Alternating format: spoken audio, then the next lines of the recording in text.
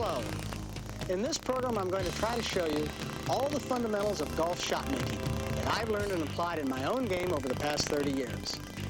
We'll begin with the full shots, looking first at the much neglected preliminaries to swinging the club, and then at the action itself, step by step. Next, we'll put it all together in slow motion with various angles and with different clubs, again concentrating on what I consider the key fundamentals of a fine golf swing. After that, we'll look at 9 full shot factors that bear heavily on how well you play this game, with particular emphasis on controlling the flight of the ball. Next, we'll look at the basics of the short game, the scoring shots from wedge play right on through the putter. Finally, my lifelong teacher, Jack Kraut, will join us to offer some thoughts on learning and improving at golf. Okay, let's go to work.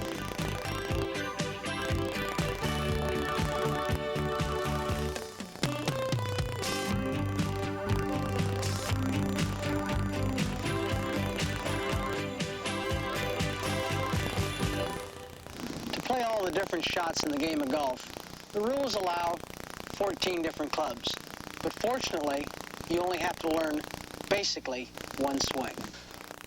When I started playing the game of golf, I had an instructor, Jack Kraut, who believed that all golf shots should be played with one basic swing.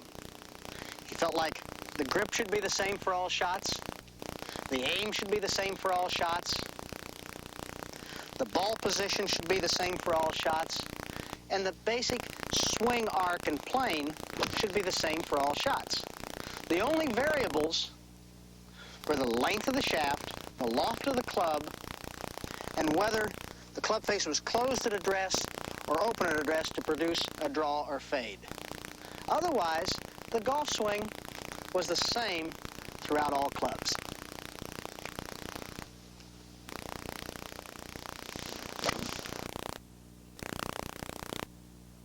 Now let me show you the one basic golf swing from 2 different angles with 4 different clubs. The 9-iron, the 5-iron, the 2-iron, and the driver. And you'll notice that the approach to the shot, the golf swing, the ball position, the arc of the swing, the plane of the swing is the same with all the clubs. The rhythm remains the same with all the clubs.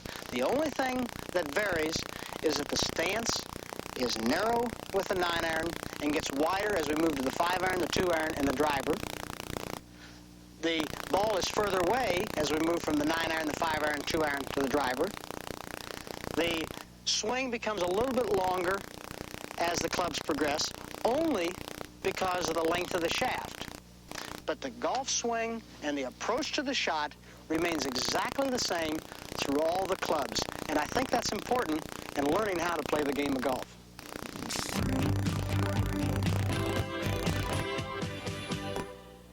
When playing varying length shots and different types of shot, the average golfer has a tendency to want to change his swing for the shot.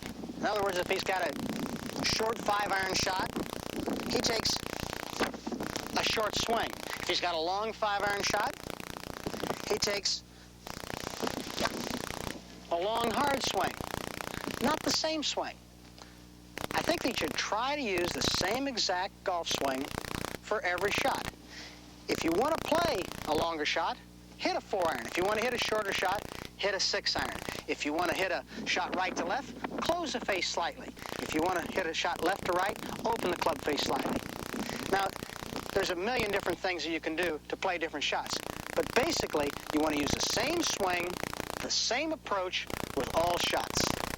Make sure that the ball is in the proper position in the stance and the swing is the same. Nice rhythmic golf swing with all shots. I think it'll help you.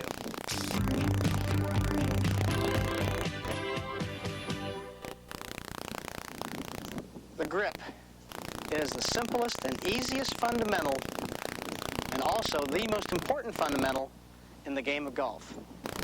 A good grip allows everything in the swing to happen naturally.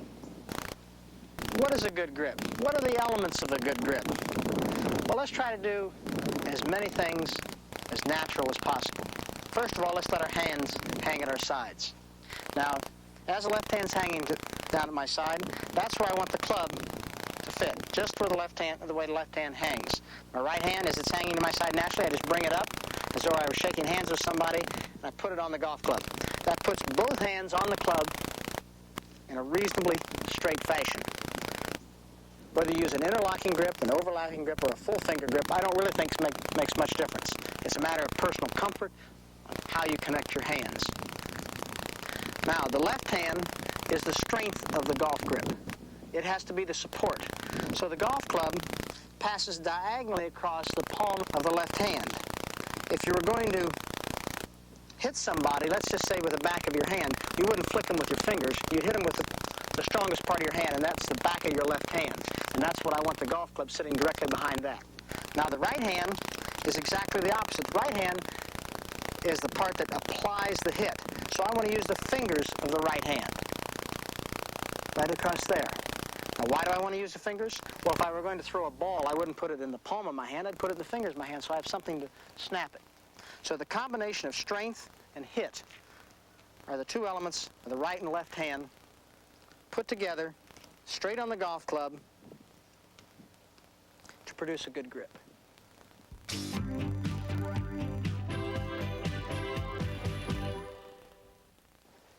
The most common fault of a golfer with a bad grip is his inability to be able to get a complete release and a full extension at the golf ball at the time of impact. Well, he thinks that he needs more strength within his grip, and he tries to take his left hand and turn it left, what we call a motorcycle grip. And he tries to take his right hand underneath the grip. He feels very strong at this position, but in fact, it's a weak position because one of two things are going to happen. One is that to keep the club face straight, he cannot release the club because he has to keep his hands forward and never really applies his power. Or two, if he does release his hands and the hands want to return to a normal position, the club face becomes closed, resulting in a duck hook. The other side of the coin is the grip that is too weak, resulting in an early release and a loss of power, or if the hands are kept to the golf ball, results in an open face at impact. Remember, you want to keep your hands straight on the golf club so that you can apply the club face squarely on the ball in a square position at impact. It's just as though your hands were hanging to your side, brought together, separated and closed. That's a good golf grip.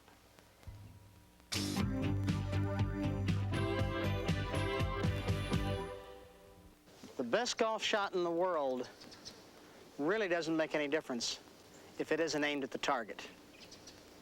I want to show you a simple way of how I go about lining up a golf shot, and I think it'll help you.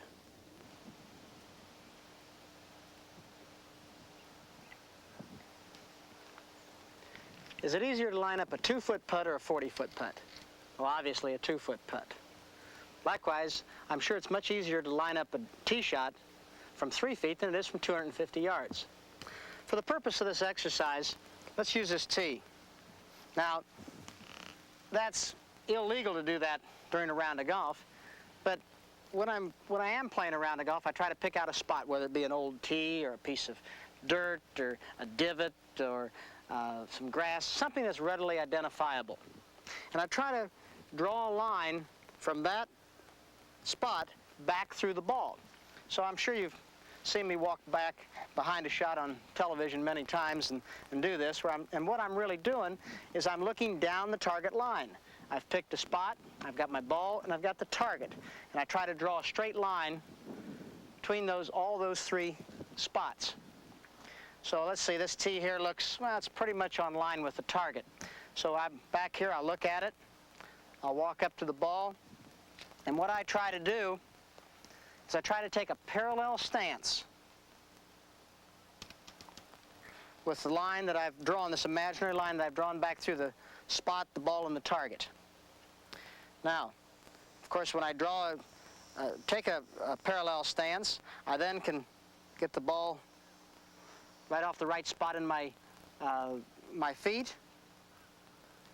And of course, I do not want my lines converging. In other words, I do not want my feet working to the right of the target or at the target. I want them parallel, not converging.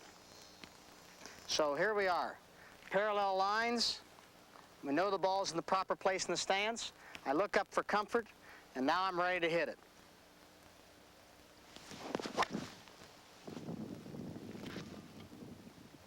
Not too bad for an old man, huh?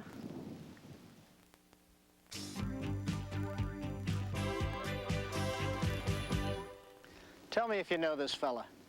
He goes to the practice tee, hits the ball beautifully, stands up on the first tee, hits it 20 yards out in the trees, and spends the rest of the day changing his swing and his grip.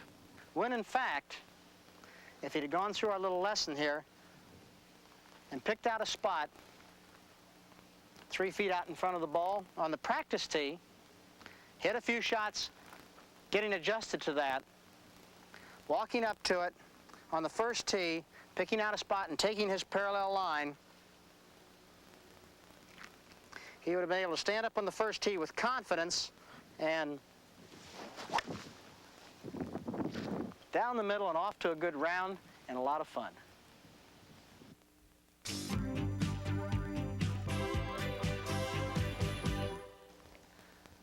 The more things you can do right before you swing the golf club, the easier the game of golf becomes. Ball position is one of those fundamental elements that must be done correctly if you want to consistently hit good golf shots. I say the ball should be played off just inside the left heel. Why do I say that? Well, I think you have to understand the elements in the golf swing that make that happen. The first one is that the golf club travels on a path along the ground that, as the body turns and the club comes back, opens to the line of the target.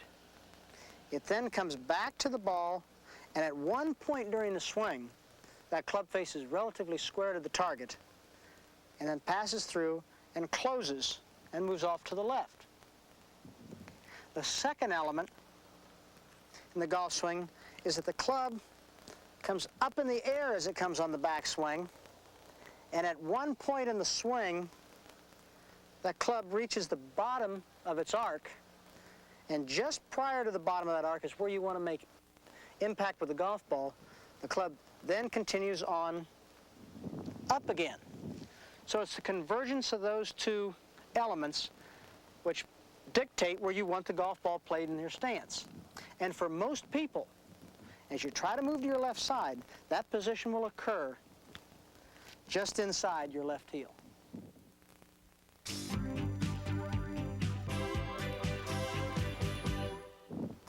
The average golfer who places the ball improperly in his stance causes himself many problems. Let's just take, for example, the golfer plays the ball too far up in his stance. What does he do?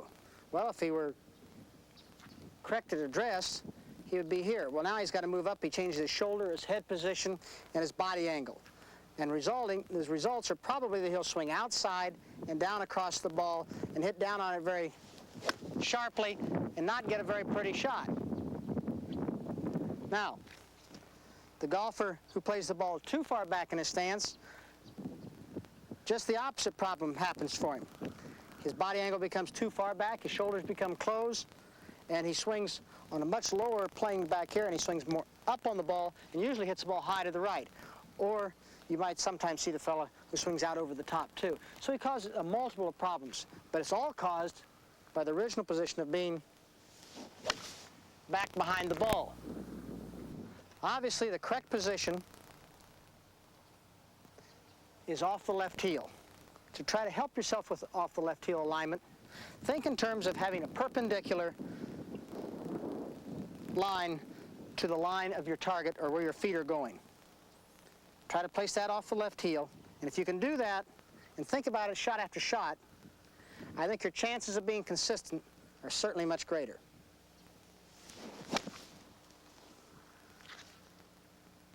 How about that?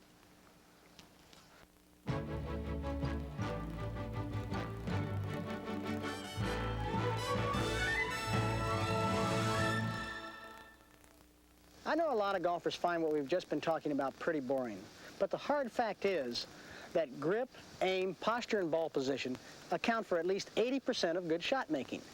Keep that in mind as we now get into the swing itself. Remember that what I'm going to show you next has to be based on solid pre-swing preparations if it's going to work effectively.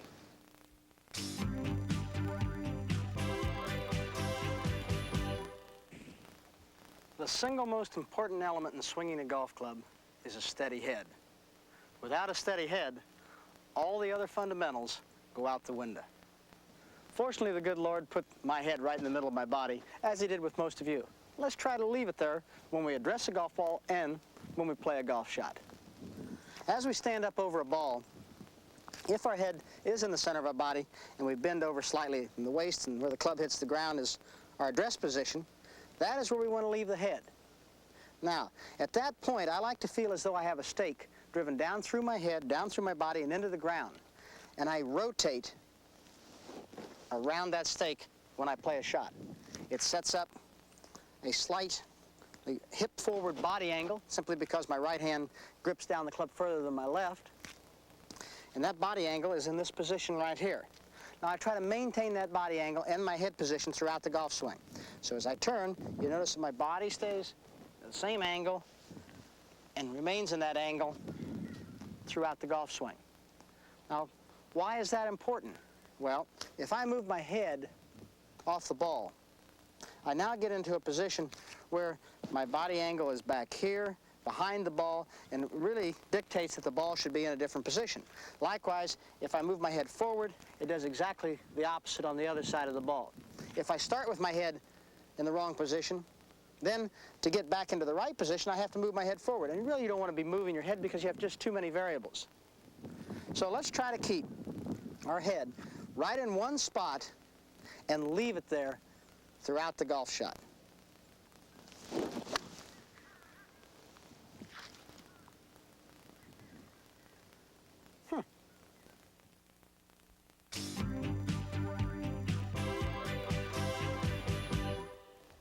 Most golfers don't even actually realize that they're moving their head when they make a golf swing. Good or bad, doesn't make any difference. Everybody has a tendency to move it a little bit. I think the average golfer, I'm sure you've seen him, he'll stand up to a ball and he not only can move it back and forth, but he'll move it up and down. And he'll give it a little bit of a... And he say, oh my gosh, he says, and he turns to his pro and he says, hey pro, what am I doing wrong? Well, the pro really doesn't have anything to start with because he's thrown all the fundamentals out of the window by moving his head all over the place. Now, when I was growing up, I found a method of keeping my head still, or at least Jack Grout found a method. He used to grab my hair. It was a little bit painful, but I learned to keep my head steady. And what Jack did was grab a hold of my head, and I just hit shot after shot with him holding onto my hair. If you don't have somebody there to be able to hold on to your hair, I suggest that you practice with a shadow and have a shadow out in front of you, and you watch the shadow. And as you swing a golf shot, you watch and see that your head remains steady and doesn't go up and down or back and forth, because you can see that on your shadow. So let's review a second here. What are we trying to do? Well, we're trying to figure out a way to leave our head in the center of the body so the rest of the fundamentals of the golf swing are valid.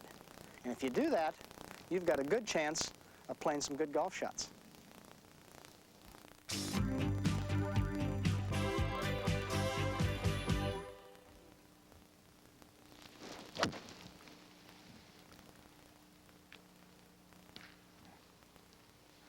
To play any sport, you should be lively on your feet.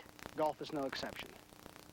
Foot action determines so many things within the golf swing that it's almost indescribable. Balance, timing, tempo, rhythm, all the things that are necessary in being able to do all the other things that you need to do in a golf swing. Your feet must remain lively and they must work. Now let me show you how Jack Grout taught foot action to me when I was a youngster. He started with the short golf clubs, and he told me to roll my ankles, roll my left ankle in, roll my right ankle in, roll my left ankle in, roll my right ankle in. And as the clubs got longer, he then allowed the heels to start to leave the ground, because he said he wanted to make sure that my hips remained level throughout the golf swing. So as the clubs got longer, I came a little bit off the ground with my left heel, a little bit off the ground with my right heel. Let me show you 3 golf clubs and 3 shots and how I think they should go with these clubs. This is a pitching wedge, and with a pitching wedge, my heels will pretty much remain on the ground. My right heel will come off the ground just a bit at the finish.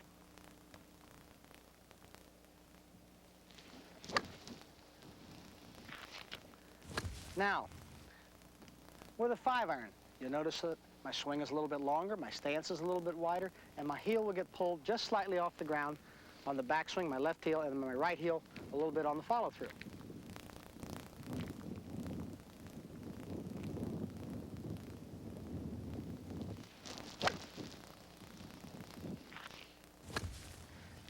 And now, with the driver, this is about as far as your heel should get pulled off the ground.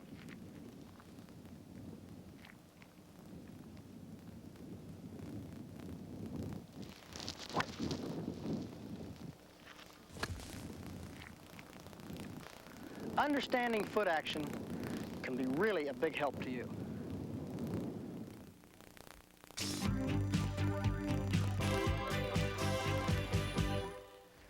The average golfer tries to make his feet either the dominant part of his swing or no part of his swing. Let me show you both of them. Here's the first guy who really thinks, boy, I'm going to make sure my feet work. Well, he's all over the place. The second guy, well, he doesn't understand foot action at all, but he's heard that you want to make sure that your feet are planted well on the ground. Well, obviously, neither fella is the fellow that you want to describe when you're hitting a golf ball. The feet must be active, they must be lively, but they're not overactive and they're not still. They must react with the rest of your body and flow. As your swing goes back, your feet are pulled back. As your feet go forward, your feet react with your body. That way, your timing, your balance, and everything else in the golf swing will happen together.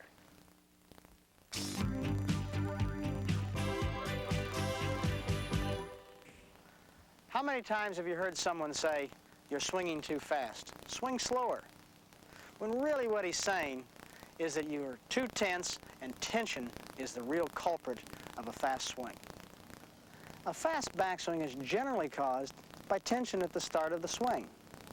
Well, what do I mean by the start of the swing? Well, as I'm standing up over the golf ball, if I have tension anywhere in my body, that is generally caused, for most people, through the grip. If I'm tight with the grip, then my arms become tight, then my shoulders become tight, then my upper body becomes tight, and if I'm tight everywhere else, then my legs are tight. Now, really what I want to do is I want to be very loose with all parts of my body. I want to be very relaxed. I want to keep in constant motion until I'm getting ready to hit the ball. And I want to make sure that everything's relaxed so that I can start the club away from the ball very smoothly and very relaxed. Okay, well, how do I do that? Well, I think if you have tension in your grip, then it transmits through the body. So I try to make sure that I grip the golf club just hard enough so that I don't have any tension in my forearms. If I start to have tension in my forearms, then I'm gripping the club too tightly. And at any point during the golf swing, if I start to feel tension in my forearms, then I've changed pressure and will not allow the golf club to release, and I'll start to be restricting my swing. That is obviously bad. So I want to make sure that I do what I call soft forearms throughout the golf swing. That means that my grip is nice and loose, my forearms are soft, and what it does, it allows me to keep the tension out of my whole body and thus promote a slow takeaway and a smooth golf swing.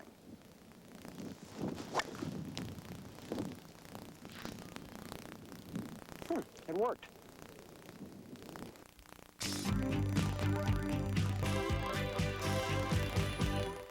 The average golfer. Well, I've got my hands tight enough, I've got my arms tight enough, my legs are locked. Now I'm ready to go, but I'm so tight I can't move. And he jerks it away. The club head must swing. And of course, to swing it slowly, it has to be without tension. So I see a lot of average golfers, and they say, okay, keep yourself constantly in motion and feel as though the head of the golf club weighs a ton. And you just sort of, with all your effort, you're relaxed, and then you sort of pull it away and let it swing away. And if you can do that, I think that you can get it away with a nice, smooth effort and get a nice release and swing without tension. So remember, if you take the tension out of your grip, it'll take the tension out of your body. If you can keep in constant motion, you have a good chance of making a nice, smooth golf swing. How's that?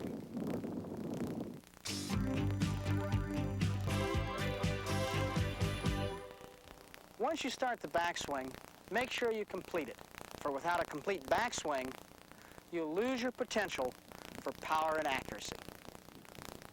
Through a great majority of the rounds of golf that I've played in my golfing career, one thought has really dominated my thinking, and that is complete the backswing. Why do I want to complete the backswing? Why is it so important?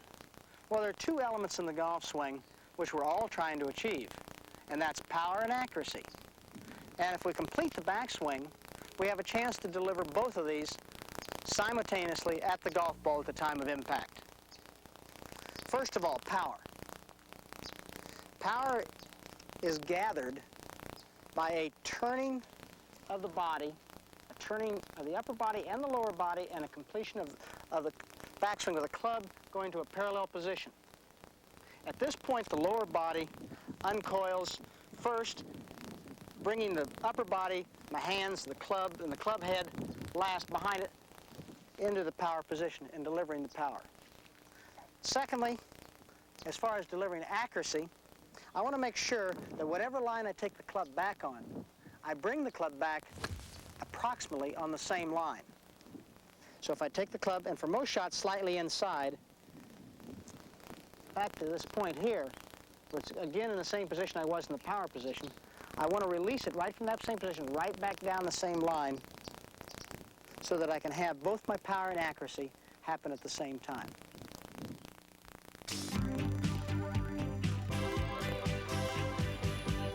There are probably as many ways not to complete the backswing as there are golfers. But let me demonstrate three that I think are very common. The first one is the fella who doesn't use his body, doesn't use his hands. All he does is try to swing with his arms, and he swings. The second fella who tries to use his body, but he doesn't try to use his arms and tries to use his hands a little bit. And that fella is sort of trying to hit the ball from here, and he doesn't get it, he doesn't have anything, any power or accuracy.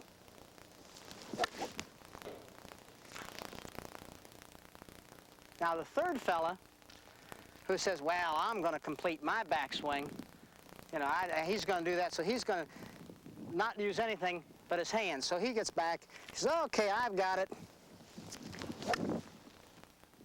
He says, how about that? Well, obviously, none of those three are what you want to do. What you want to do is make sure that you use all the elements of the golf swing, and that is, we want to use our hands, we want to use our arms, and we want to use our body back and through. I frankly prefer that one.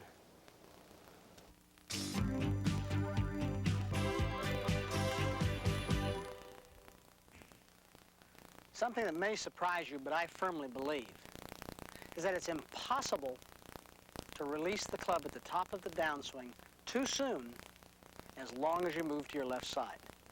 First of all, let me explain to you what the downswing really is. It's the application of power and accuracy through the release of the golf club from the feet up. Okay, now let me explain those elements to you.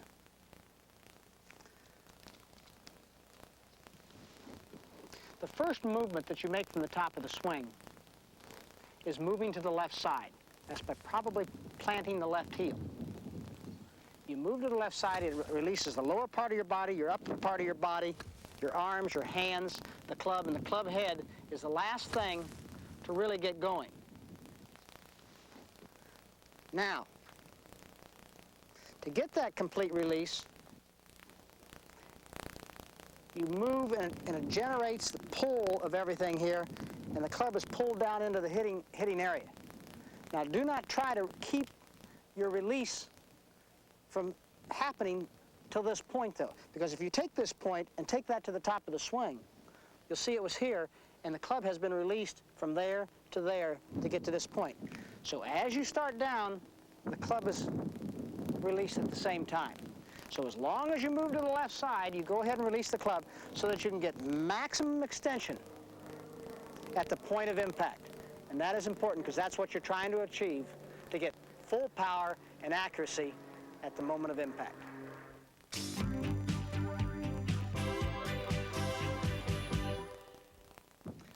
Let me show you the two common faults that are made on the downswing. Not moving to the left side and not releasing at the top of the swing. First of all, let's take the fella who stands up to the ball and doesn't move to his left side, but releases from the top of the swing. What happens? Boom. It's what's called casting. And he looks something like this. Now, let's take the second fella. And that fella is a fella who does not release the club at the top of the swing, and he holds on to it. And what he does is he takes a nice backswing here, he holds on to the club, which throws him outside, and that throws him out over across the ball, resulting in either a slice or a pulled hook. So let's see what happens there.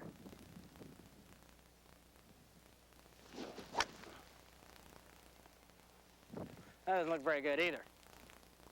Now, let's try to show you what should happen. First of all, you obviously want to complete the backswing. Swing the club slightly to the inside. At the top of the swing, at this point here, we move to the left side and release the club. And it should look something like this.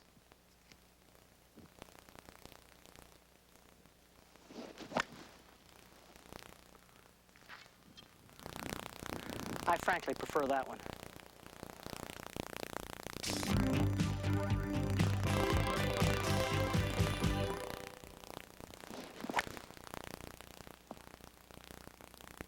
The follow-through, I said, could be a great teaching aid.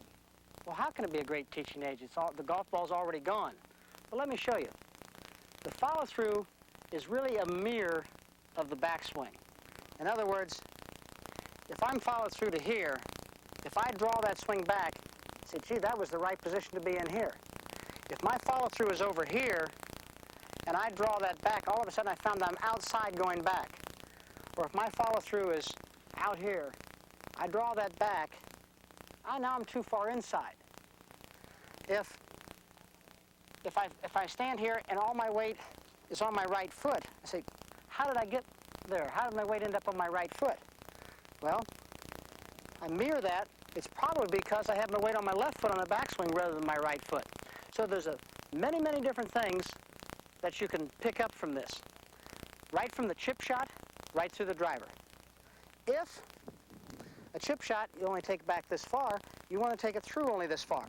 An iron, you take it back this far, you want to take it through this far. A full iron back this far, through this far. Right up to a driver, which you take all the way back here, and you mirror it here. Obviously, the balance on the backswing's on the right foot. The balance on the follow-through is on the left foot. It can be a great teaching aid if you just take the time to use it.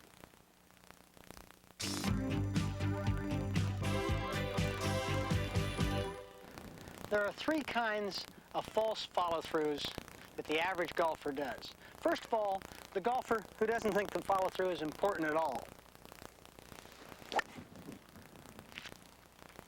Secondly, the golfer who thinks that, well, I'm on the first tee, I want to make sure it's nice and pretty. So what does he do?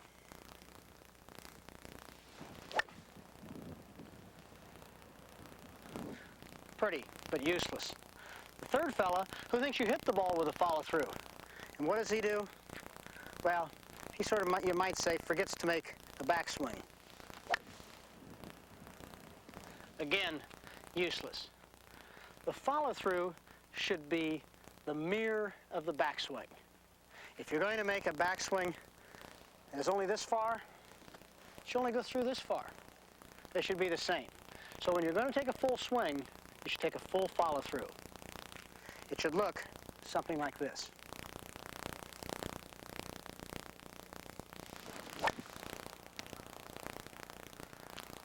Try it. I think it can be a great teaching aid to you too.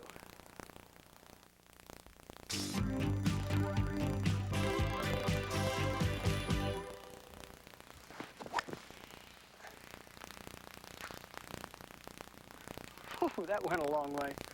I bet you like to hit the ball a long way. Well, I do too. Let me show you the elements in my swing that I use to hit a ball a great distance. For me, and I think for most people, a correct grip creates power. Why does a correct grip create power? Well, it allows you to get a total release of the golf club at the golf ball. I try to take as wide an arc as I possibly can going back, and wide an arc as I possibly can coming through. This gives me a very, very flat approach into the ball, and I hit it as much in the back of the ball as possible. 3, at the top of the swing, I am completely coiled.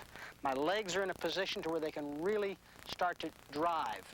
My shoulders and upper body are turned. The club is in a full horizontal position.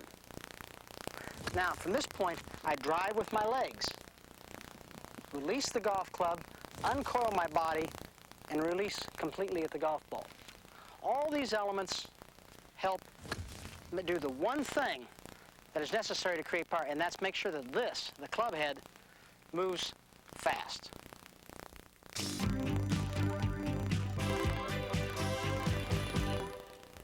What happens to the average golfer when he wants to hit it 10 yards further?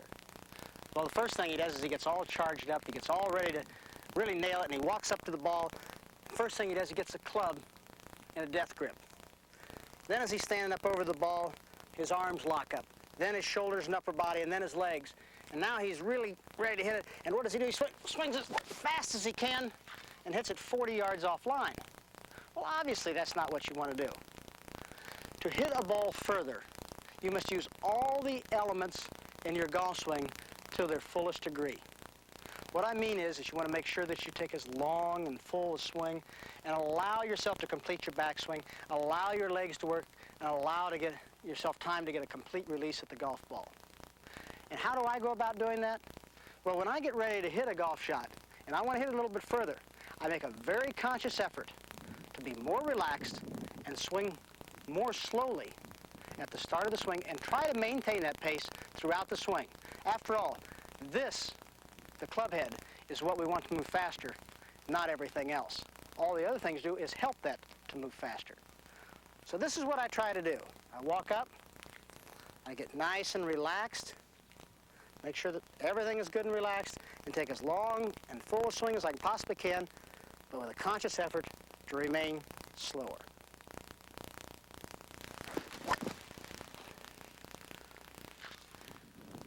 And that was a long hit.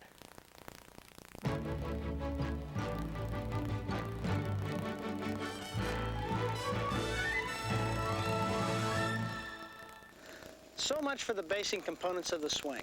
Obviously, a big part of the game is bringing them all together in a smooth, powerful, and repetitive action. And that's what we'll look at now. We've slowed my swing right down so that you can really see what happens. And we'll also stop it momentarily for the maximum emphasis of key fundamentals. Okay, let's go. Very little tension at address. Then everything starts together on the backswing. Nice and smooth and unhurried, especially when you're going for a big one. My chin swivels to make room for a big upper body turn, but my head stays very steady. Left arm straight, but not stiff. Shoulders and hips coiling fully around a fixed axis. As the wrists are cocked by the weight of the club head, the hands are well under the shaft, supporting it fully all the way to the top.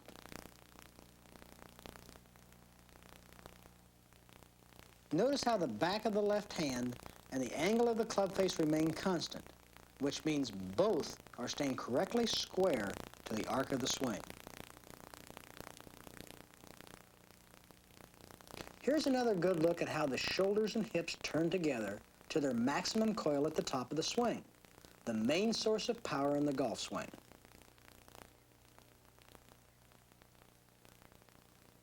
Club head very low to the ground as it starts back, with the wrists cocking naturally and only in response to the weight and momentum of the club head.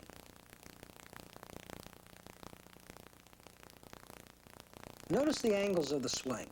My upper body and the club are at almost 90 degrees to each other at address, and they stay pretty much that way throughout the backswing. In other words, the plane of my swing remains perpendicular to the angle at which my upper body is inclined over the ball, which is exactly as it should be. No forward or up or down head movement as the downswing progresses. My head stays exactly where it was at address until well past impact. As soon as I'm moving to my left side, I begin releasing the club with my hands and wrist to be sure of achieving full extension at impact.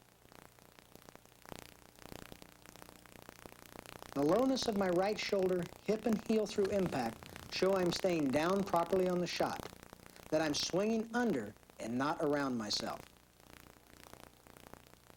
I watch the ball very closely, even when it's vanished. In fact, my eyes and head don't move until they're pulled around by the momentum of the follow-through. Notice the full stretch of the left side approaching impact and on into the finish, indicating a complete release at impact, your number one goal on all normal golf shots. I like what I see here. Head back and down until well beyond impact. Hands supporting the club, body well balanced, indicating good rhythm and tempo. Notice again how the feet and legs initiate the change of direction, and how everything else follows their lead in the early stages of the downswing.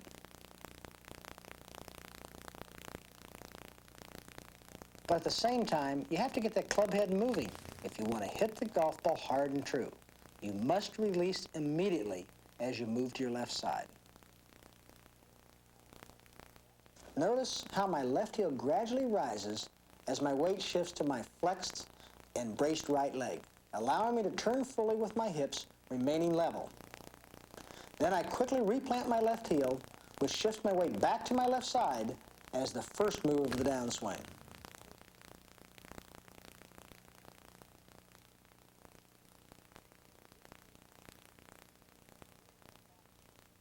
A good full body turn underway again here, with the left shoulder and knee well behind the ball at the top, and the shaft pretty much parallel with the ground. Then as I start down, notice the quietness of the club, no jerks or bobbles. This allows it to properly mirror its backswing path through impact and beyond. Notice how, as they naturally follow the body turn, my hands in the club swing progressively more and more to the inside of the target line right from the start. This produces a fairly deep position of my hands at the top, which sets up the club head delivery from the inside. That's absolutely vital if you want to play this game well. As I reach the top, the club shaft is correctly at 90 degrees to my shoulders, which, because of my big turn, angles the club a little to the right of the target. Then watch how the body uncoils, with everything working from the ground up. Again, this is essential to hit from the inside.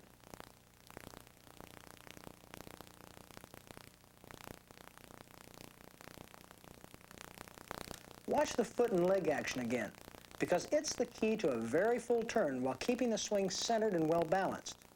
Even before the club head's gotten all the way back, you'll notice I've replanted my left heel and am beginning to push off my right instep. You can really see here how golf's played from the insides of the feet.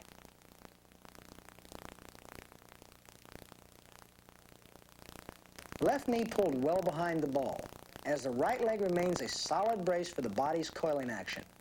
This allows me to make a quick transfer of weight to the left side coming down, which pulls everything else around in sequence. Hips, then shoulders, then arms, then hands, and finally, the club head.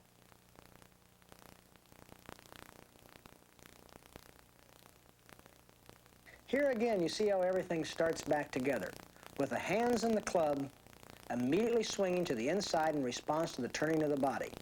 Then note how the club is released right from the top.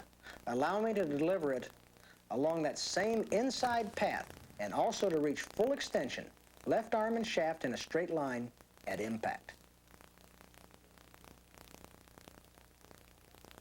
Notice how freely my left leg moves as my body coils.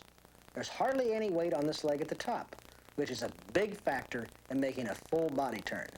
Notice, too, how the right shoulder and hip are still behind and beneath the left shoulder and hip at impact. Another sign of complete club head release. From overhead now, watch how the club face gradually opens relative to the target line, but remains constantly square to the turning upper body. Then coming down, these actions are reversed until the club head arrives momentarily square at impact, then closes again as it swings into the natural follow-through. All perfectly responsive to the rotation of the body, with no manipulation by the hands, wrists, or arms. This time, watch the path of the swing, the arc of the club head. As everything begins to turn away from the target altogether, right from the start, the club head swings progressively more and more to the inside, in sync with the coiling of the shoulders. Then, with the legs leading and a full release, the club head returns to the ball along the same inside path until at impact it travels momentarily straight along the target line. Then once again it swings to the inside on the follow-through. Watch the body action this time. Notice particularly how I'm turning my body and swinging my arms and the club always around a fixed axis. The back of my neck, the top of my spine stays centered from the start to finish, just like the hub of a wheel. If there's one fundamental common to all good golfers, this is it. The ability to stay centered, to swing every time around a fixed axis. Here's a look at the driver swing from 4 different angles simultaneously. Notice how golf is very definitely played from the feet up, not from the head down. My feet are the first thing to finish the backswing, and the club head is the last. Then coming down, that sequence is simply reversed. The feet work first, followed by the legs, hips, shoulders, arms, hands, and finally the club head. Just about every sport calls for lively feet, and golf is no exception. These are actually 4 different golf swings, but notice how consistent my tempo is. I try for a comfortable pace and rhythm, not too fast and not too slow. Most of all, though, I try to keep the tempo constant on every swing I make with every club in the bag, whether I'm on the practice tee or coming down the stretch with a chance of winning.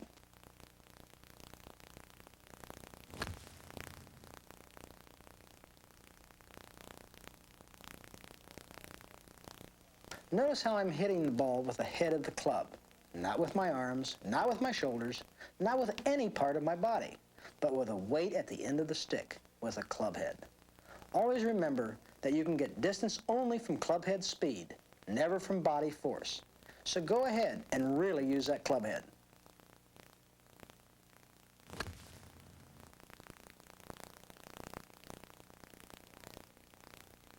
Here I am with a 5-iron, and it's exactly the same golf swing, except that the shorter shaft automatically brings me a little closer to the ball, inclines my body a bit more, and produces a slightly less full backswing. Otherwise, no changes from the driver swing in mechanics, tempo, or any other element. And this applies, of course, with every club in the bag for all normal shots. Looking down the target line, and again you can see I'm a little closer to the ball and more inclined from the hips due to the shorter shaft. Other than that, though, I'm swinging exactly the same as I did with the driver, except on a slightly reduced scale.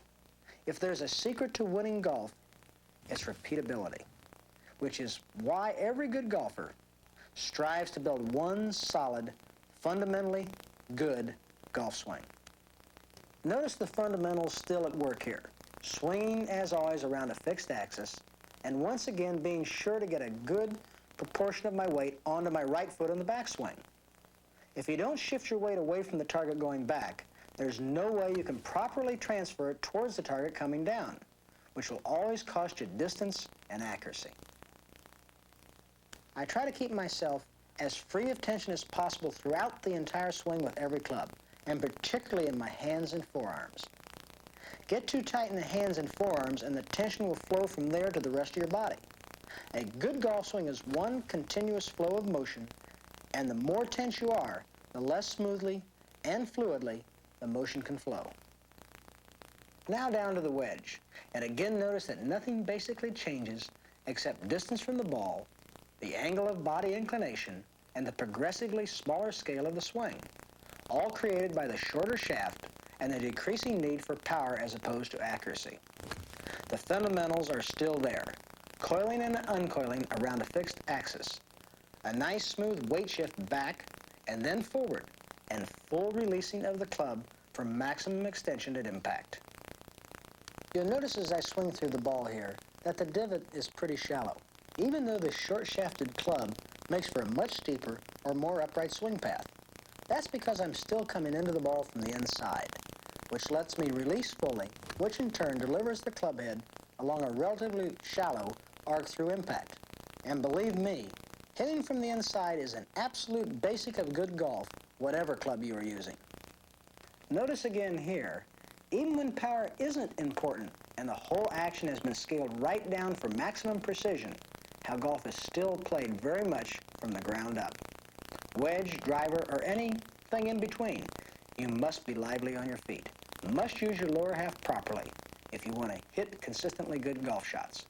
Fortunately, Jack Grout taught me that lesson at a very young age, and it's been a huge help to me ever since. The wedge from overhead. And again, it's the same basic golf swing, the same mechanics, the same tempo, the same effort to meet the ball squarely from the inside with full extension at impact.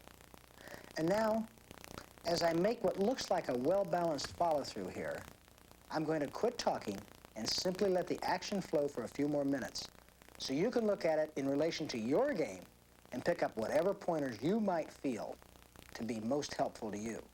Okay, here we go. Reversing ourselves back through the wedge, and then the 5-iron, and finally the driver.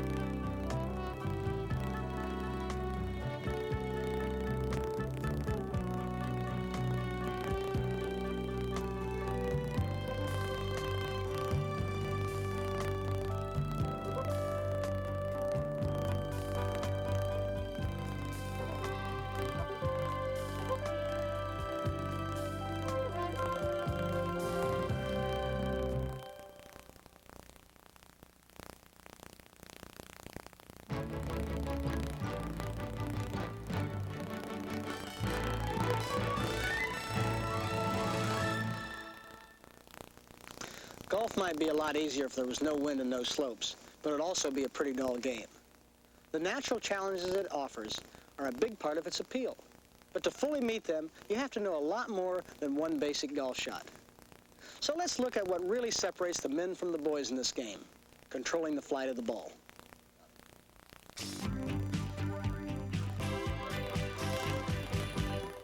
The most frequently hit shot in golf is the slice or fade. It may surprise you to know, for the greatest part of my professional career, my favorite shot was the fade. Why did I hit a fade most of my career?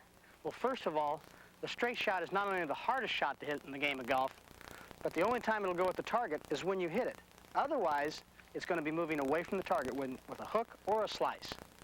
So let's understand that to play a fade, and you aim the ball to the left of the target, you're going to be moving the ball to the target. Just likewise with a hook, you move the ball to the target. Now, to hit a fade, all that I do is instead of having the club face square at address, I open the club face slightly at address, and then I aim slightly to the left of the target. This will move the ball down the left side of the fairway and back in. I can do it the same with a driver. I aim down the left side of the fairway and move it in, or hitting into a green to the left side of the green, moving into the hole. And here we are. Down to the left, slightly open club face, and make a normal swing.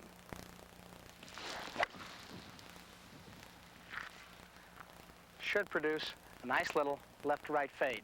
Now, how much do you open the club face? Well, that's a matter of personal preference, and the only way you can find out is for you to get on the practice tee and experiment a little bit for yourself.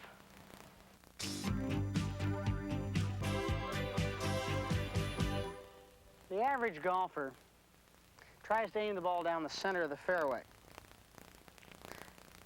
At that point, knowing he is a slicer, he tries to swing out over the ball and tries to guide the ball into the fairway, thus losing power and direction, like this. He'll hit a big old slice, or he'll pull the ball, or he'll do anything, but he won't hit it very far and he won't hit it very straight. Now, really, I don't mind a fella being slightly outside. If he's going to play a little slice, that doesn't bother me too much. But let's aim down the left side of the fairway like this, and the fella feels like he has to swing a little bit to the inside to control the golf ball. So let's just open the club face slightly, aim down the left side of the fairway, try to swing from the inside so we'll retain our power and our slightly left to right shot for direction. He's going to have more power. He's going to have better direction. Now let's remember, to retain your power, you want to use the same swing for all golf shots, including the fade. Let's just aim the ball to the left and have a slightly open club face to give you the tendency to fade the ball. How much you fade it is a matter of experiment, which only you will learn by practice.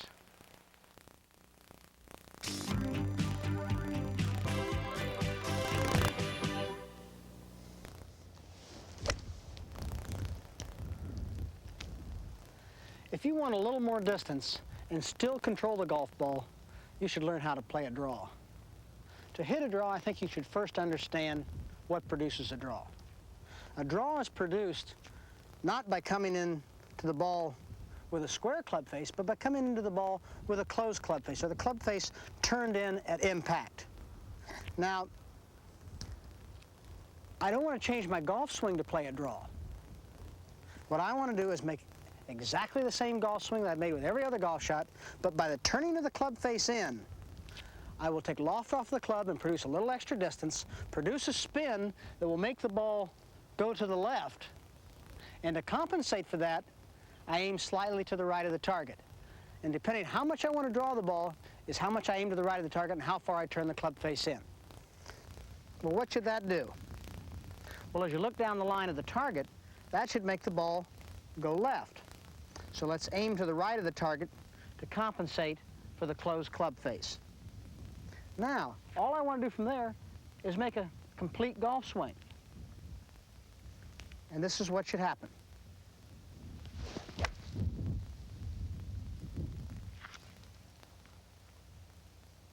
Not bad.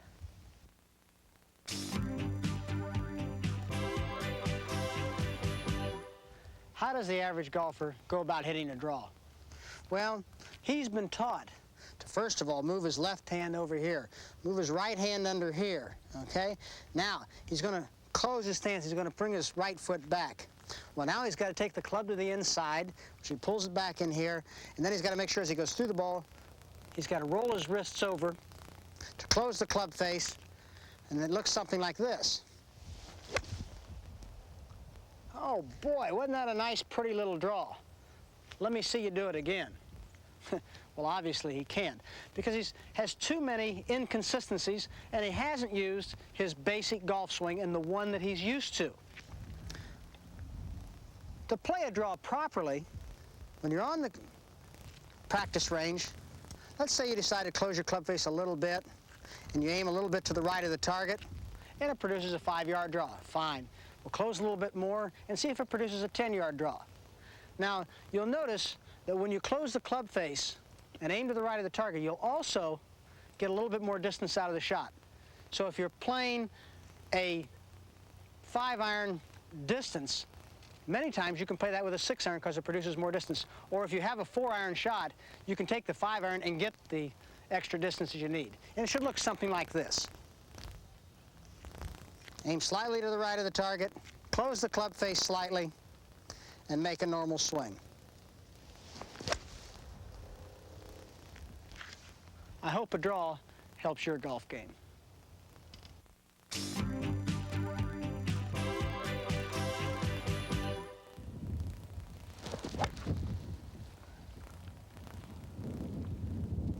Hitting the ball high, it's really not that difficult to do if you understand the principles, and it can really be a lot of fun.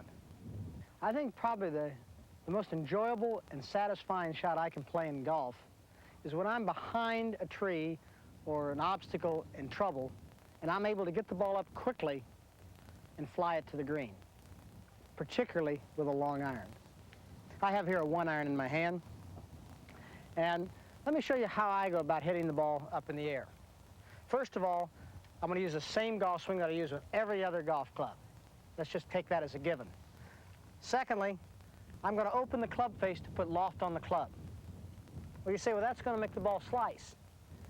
It is if I place it off my left heel. If I move the ball up in my stance, then the club will come square later in the swing, Also, by moving it up my stance, I'll catch it a little bit more on the upswing, which will allow me to stay behind the ball and should throw the ball up in the air. Let me show you.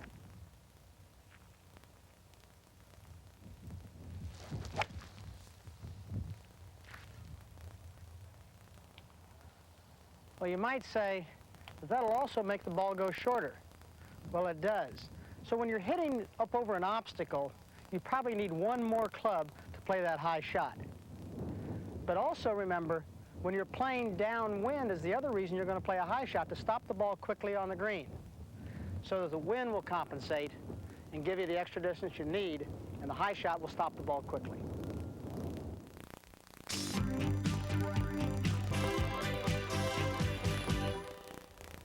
Most average golfers think to hit a high shot that you must remain behind the ball and also help it into the air by a good full release. Well, they're absolutely right, but the way they do it is that they leave the ball at the same place in their stance. They get behind the ball by going back to the right foot and then staying there and releasing from the top of the swing, which is casting.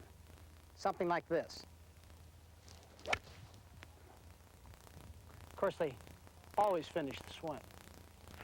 Well, obviously, what's happened there is that the average golfer has lost power because he stayed behind the ball too long. He stayed on his right foot. He's casted his swing because he didn't move to his left side.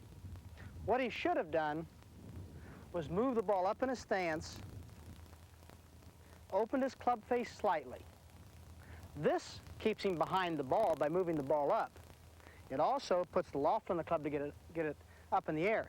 He was right, he must release it. But he moves to the left side so he gets his power too. Something like this.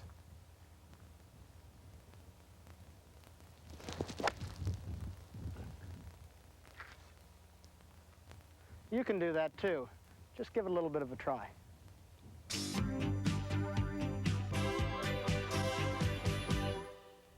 When playing in the wind, it really makes the game a lot more fun if you understand why and how to play low shots. The obvious reason that people like to hit low shots in the wind is that they want to keep the ball down out of the wind so they can keep control of it. Well, there are two kinds of wind shots. First, and the one that's probably most commonly played, is the one where a fellow moves the ball back in a stance and closes the club face. Now, what does that do? Well, number one, by moving the ball back in the stance, it means we're going to get a little bit more on the downswing. Number two, we've closed the club face that takes loft off the golf club, which means we should hit it further into the wind. And three, it's a good position to be in because we come square a little earlier in the swing. It should produce a shot that looks something like this.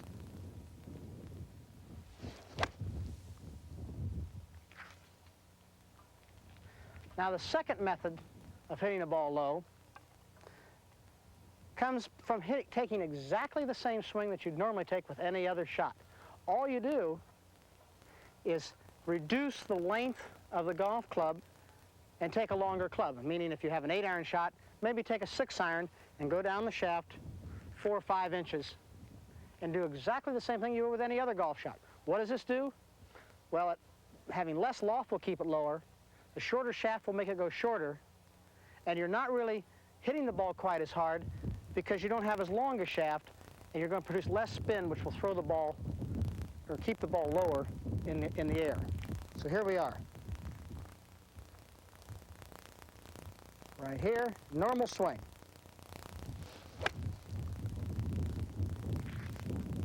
Both are very useful.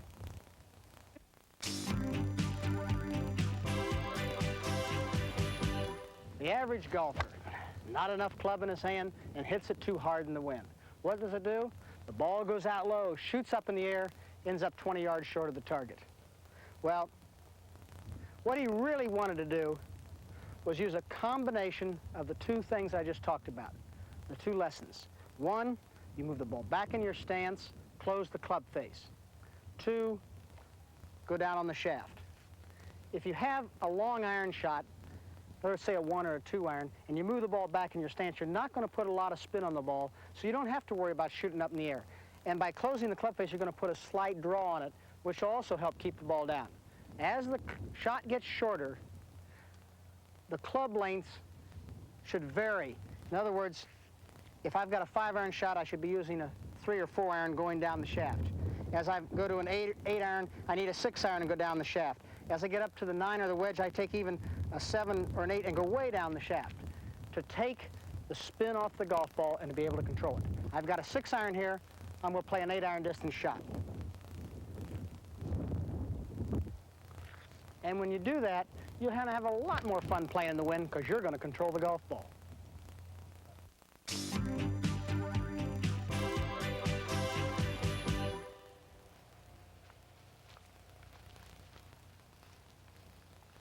You know, golf isn't always played from tees and level lies. Sometimes we get an uphill lie, and that can be a lot of trouble. Let me show you how I play it. An uphill lie can be a very awkward shot. So to try and play the shot, I try to make sure that I do as many things with my body, the club, and my swing that will simulate being on a level lie. First of all, being on an uphill lie will put more loft on the golf club. So if I've got a 7-iron shot, why not play it with a 5-iron and just make it 7-iron length? Now all of a sudden I've got the right length and the right loft for the distance I want to go. Secondly, I really try to use the same golf swing, and I want to place the ball pretty much the same place in the stance. But I'm going to try to shift my weight so that I can make the things happen at the right time. Meaning, if I move my hips a little bit forward, that sets the weight a little bit more towards my left foot and making it easier for me to get off my right foot. I'm going to keep the weight and my hips up there a little bit. To help that, I'm also going to take the angle of my body and try to get it perpendicular to the slope. So that sets myself here with my hips up here, which should allow me to come fairly level into the ball. Okay, let's see what happens.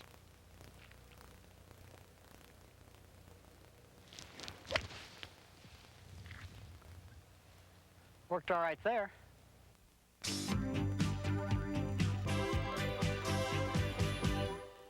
The average golfer tries to play an uphill shot in one of two ways.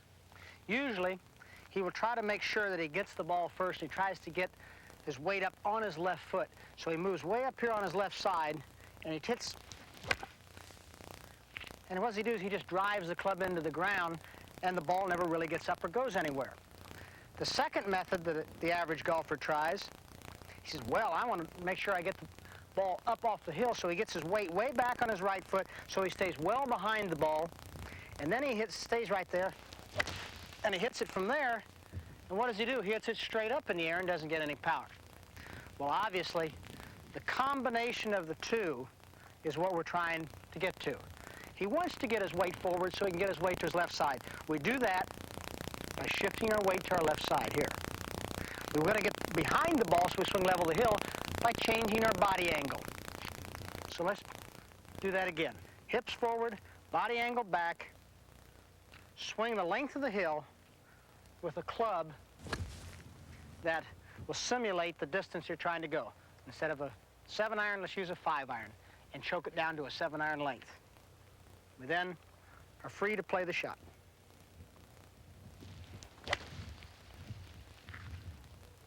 I hope that helps you play a few uphill shots the next time you're on the course.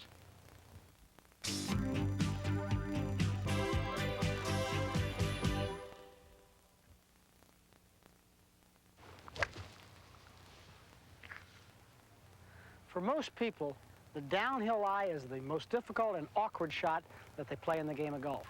Let me show you how I play it. The downhill shot is a difficult and awkward shot for a variety of reasons. The main reason being is that you're going to have a shot where you're going to be reducing the loft off the golf club, meaning you're going to have to take a shorter club to play the shot, and you don't have the luxury of being able to lengthen the golf club. So what do? Well, you try to create as many things as possible to be able to compensate for that factor and still get the ball into the air. First of all, I'm going to try to make my body angle fit the hillside.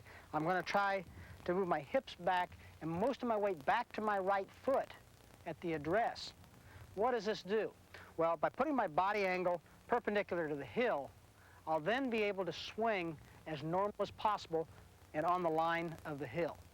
My hips being back will keep me from getting my weight too fast to my left side and not allowing for a full release. The other compensation is that I'm going to put slightly more loft on the golf club by opening the golf club face and then aiming to the left of the target to compensate for that fade. Should look something like this.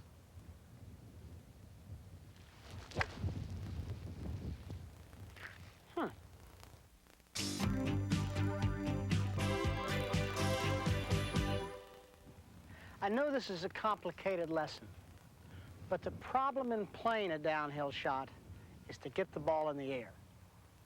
The average golfer will try two ways of getting the ball in the air. One, he tries to get behind it. And what happens? Well, he hits about 8 inches behind it. The second thing he tries to do, he says, I don't want to hit behind it. I want to make sure I get the ball first. So he leans all his weight down on his left foot, and then he hits it. Yeah, he might catch the ball solidly, but he drives it right on into the ground. Doesn't get any elevation, he can't get a result out of the shot. So let me review a little bit of the things we're going to try to do to get the ball in the air. And that's the important thing on a downhill shot. One, we're going to open the club face slightly. That puts more loft on the club. We're going to take more club than you might normally want to compensate for the downhill lie. We're going to open our stance slightly to allow us to play a slight fade because of the open club face. We're going to get our body angle perpendicular to the hill, and we're going to get the majority of our weight centered back so we don't get to the left foot too fast. So let's watch that again. Here we are, left, open club face, body angle, and a normal swing.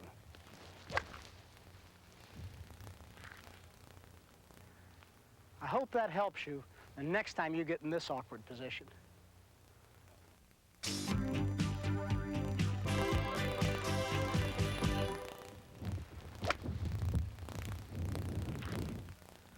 The side hill lie with the ball above your feet.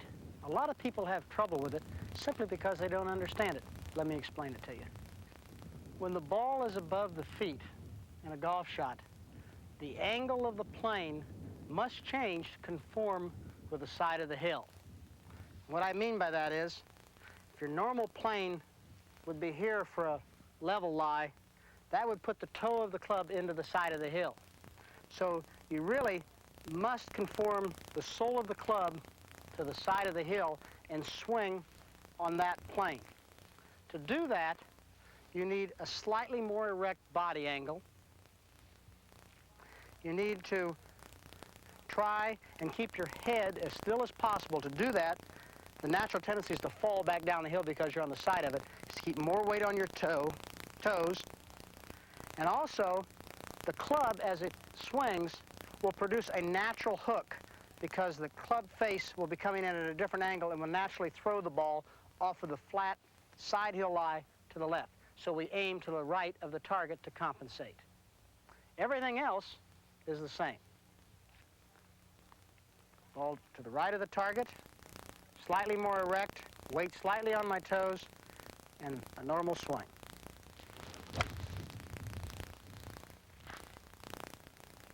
Hopefully we'll get the right results.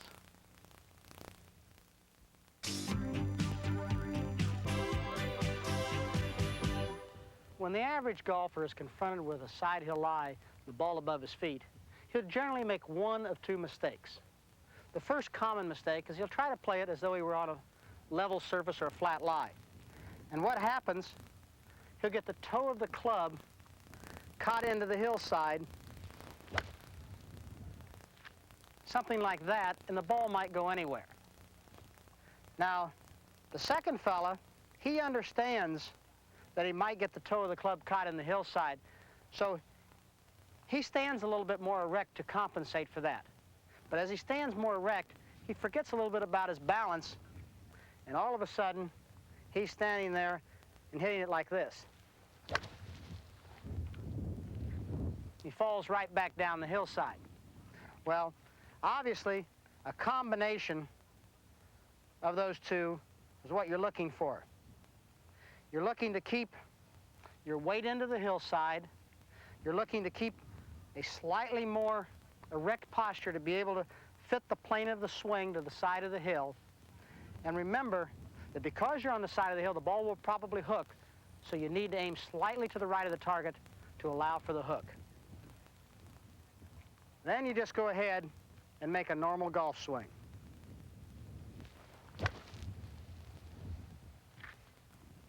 Try it my way.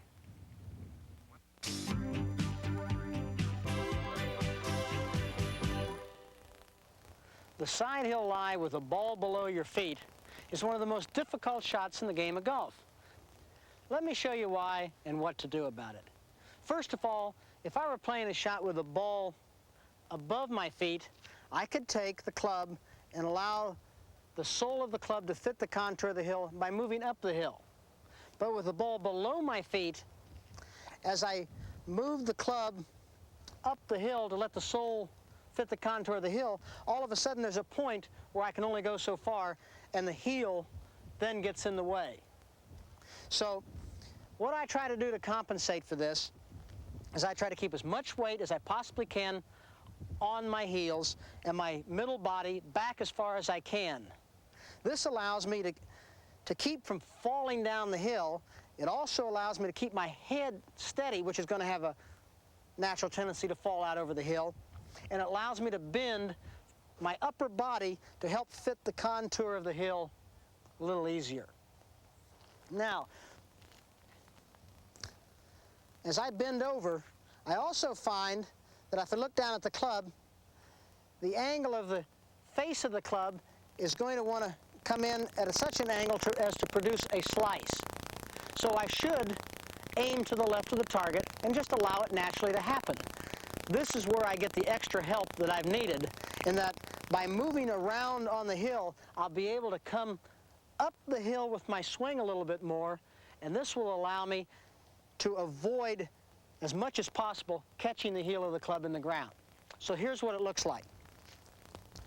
Weight back on the heels, bend over at the body, aim to the left of the target, keeping my weight back on my heels, keeping my head steady, and then a normal golf swing.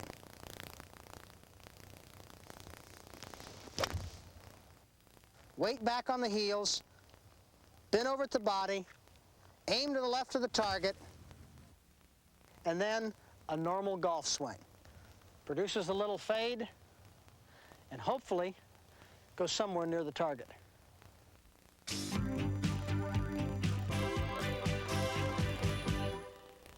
When the average golfer plays a side hill lie with a ball below his feet, he generally finds himself losing his balance and hitting the heel of the club into the ground, and the result is a bad shot.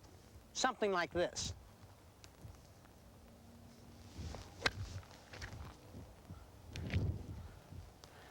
What I try to do is to fight all the natural tendencies and maintain good balance. I do that by keeping the weight on my heels, bending over from the waist, and trying as hard as I can to keep my head still.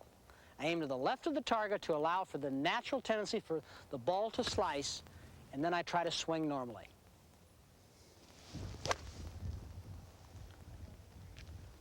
I hope that helps you with one of the most difficult shots in the game of golf.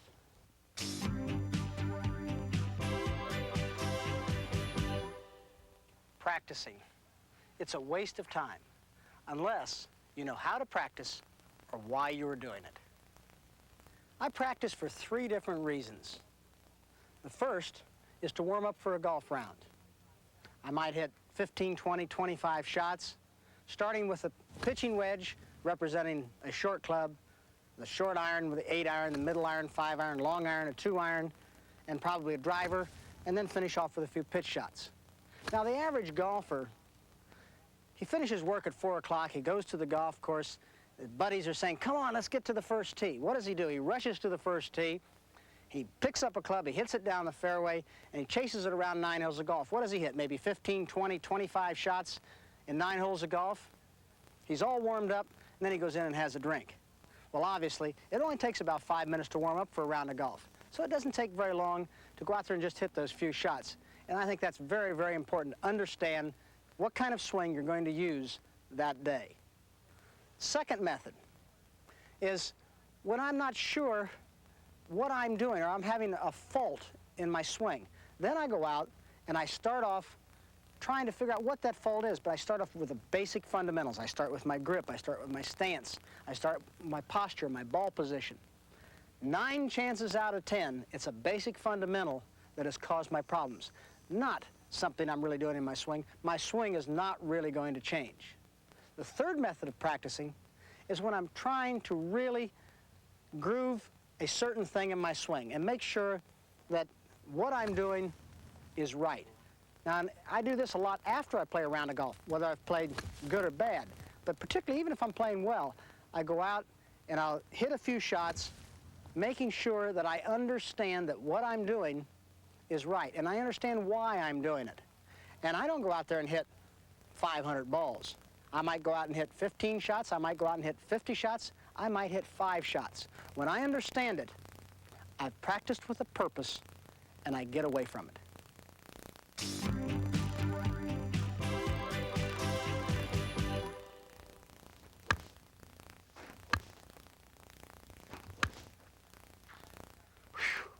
You ever seen that guy in the practice tee? I'm sure you probably have. Well, he's getting exercise, not practice. And when I go to the practice tee, I want to try to accomplish something. I want to practice with a purpose. And when I say practice with a purpose, I want to practice as though I'm playing a shot on a golf course. After all, that's where I'm going to use the shot. So let's think about how we're going to practice. Well, how are we going to approach a ball? I approach the ball from the rear. I come up to it. I've picked out a spot in front of me. I line up down the line of the target. I take my time and make a nice smooth swing and try to remain on balance. Now I'm accomplishing something here. Whether I'm warming up for the round, whether I'm correcting a fault, or whether I'm grooving my swing, I'm trying to accomplish something when I practice.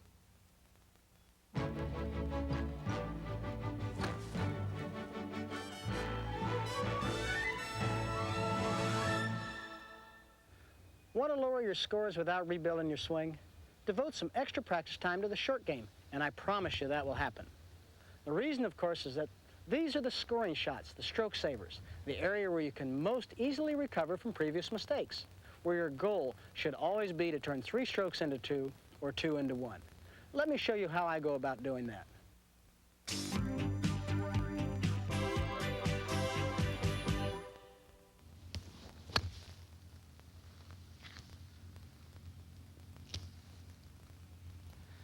The 50 to 60 yard pitch shot, medium length shot.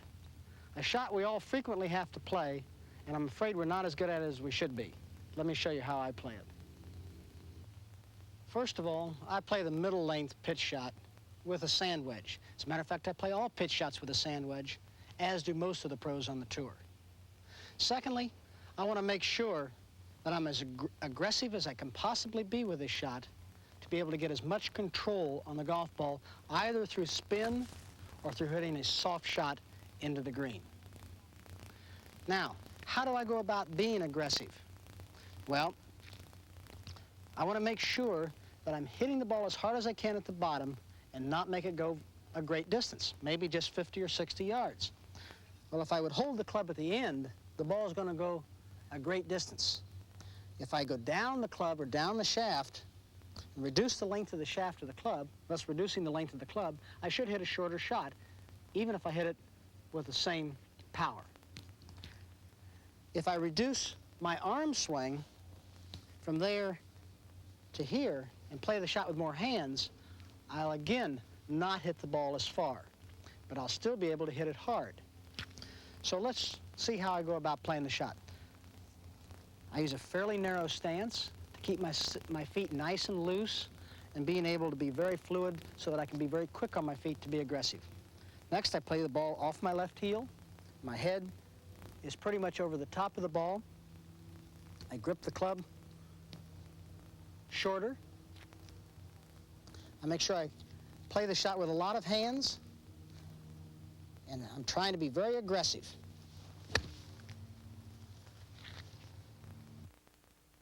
Ooh, that was close. I think if you try to play the shot aggressively, you'll find that you'll get a lot more control and you'll enjoy playing this shot with a much greater success.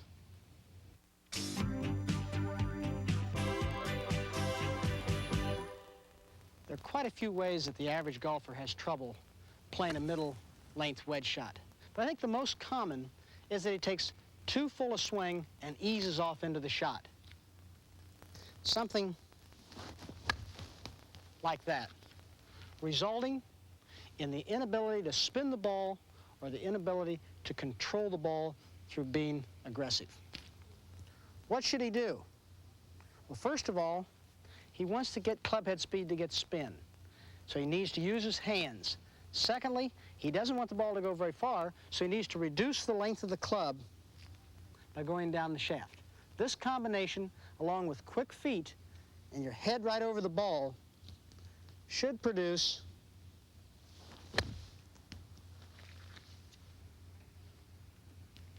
a nice little crisp middle length wedge shot for better control.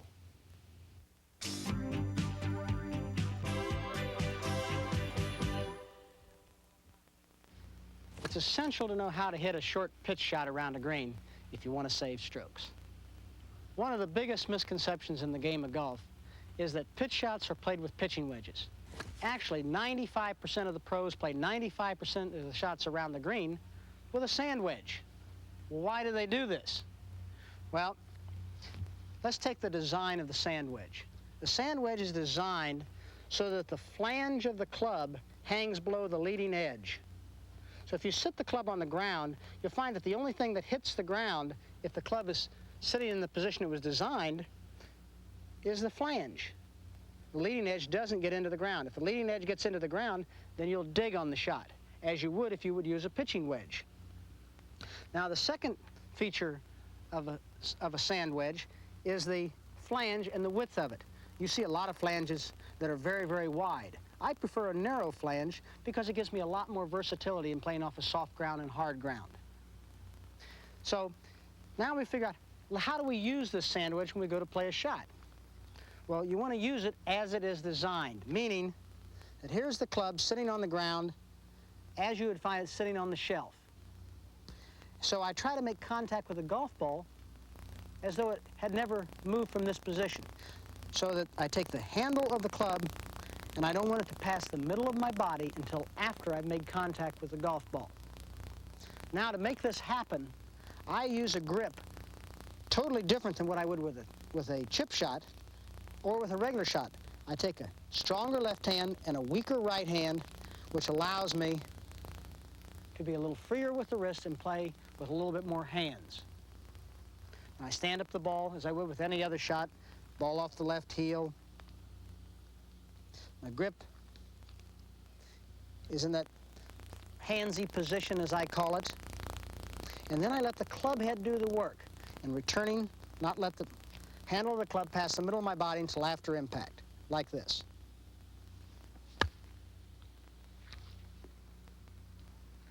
It should help you with a lot of your shots around the green, too.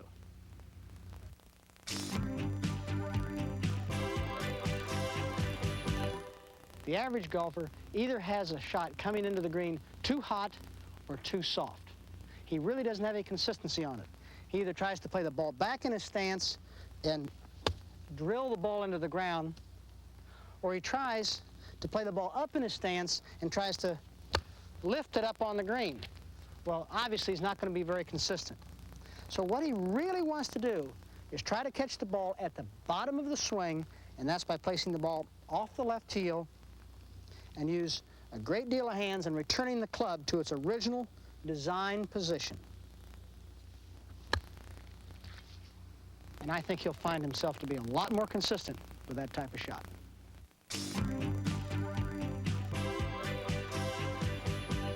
Does this shot scare you? Well, it really shouldn't. It's the only shot in golf you really don't have to hit the golf ball first.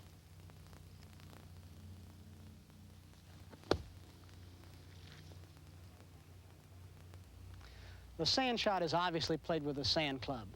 And the sand club is so designed that it will go down into the sand and out without going too deep because of the flange that hangs down on the golf club.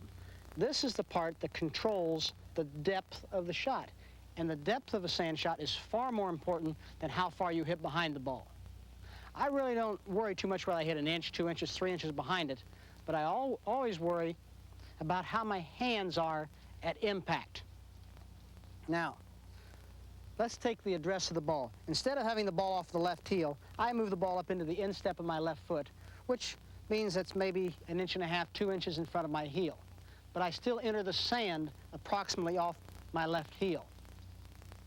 I have a grip that is similar with that of a pitch shot in that my left hand's over this way and my right hand is over this way. The club face is slightly open. I use a fairly wristy stroke, and I want to make sure that the handle of the club does not pass the middle of my body until after I've made contact with the sand and the ball. That's how I control how deep and how far behind the ball I hit. Something like this. So remember, you want the handle of the club not to pass the middle of your body so the club will perform as it is designed until after you've hit the sand and the golf ball. Give it a try. It might help your sand play.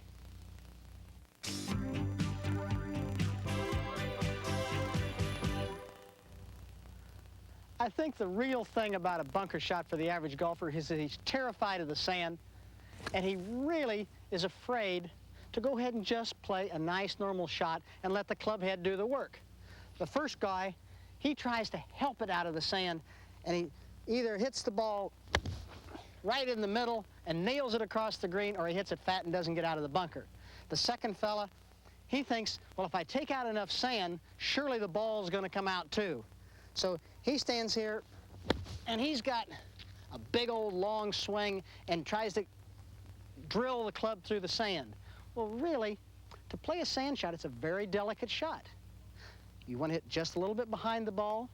You want to let the club head do the work, and the looser you hold the golf club, the better chance you have of letting the club head do the work. So you place the ball off the instep, nice loose grip, hit it about twice as hard as you would for a normal shot, and let the club head do the work.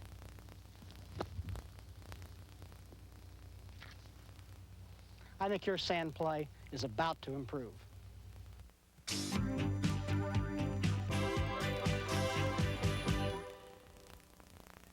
Chipping. Its technique is a game in itself. First of all, let's try to figure out what we're trying to accomplish with a chip shot. Obviously, it's getting the ball close to the hole. But what club can you get the ball closest to the hole with, generally on the green? Well, obviously, the putter. So let's try to simulate a putt as much as possible.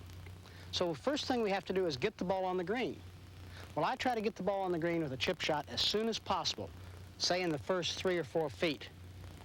Well, let's just take this shot, for instance, here. I've got a 40-foot shot, maybe 6 foot off the green, and I try to carry it 3 or 4 feet on the green. That's maybe carrying it 10 feet and let the ball roll 30 feet.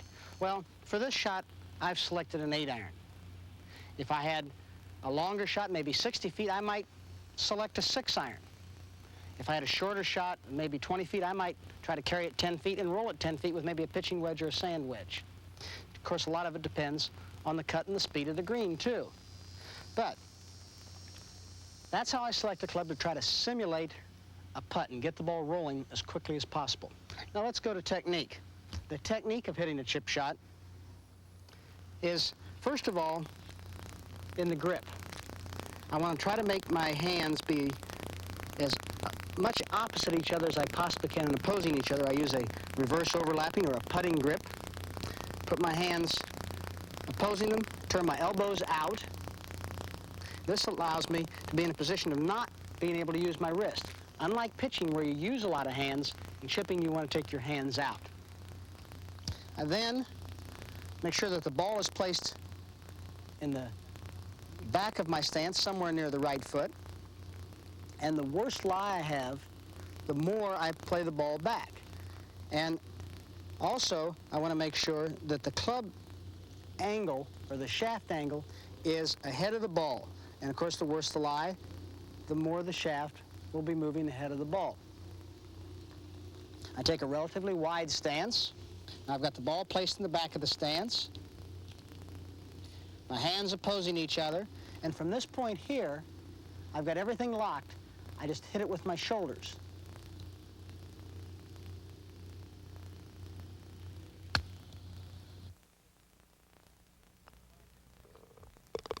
When I do this, I find I have a great deal of control over any chip shot.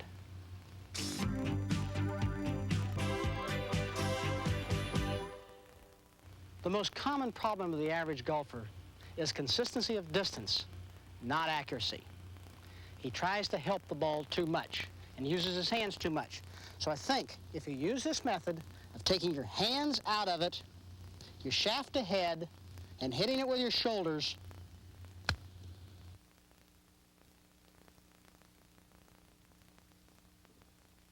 I think your chipping will improve greatly.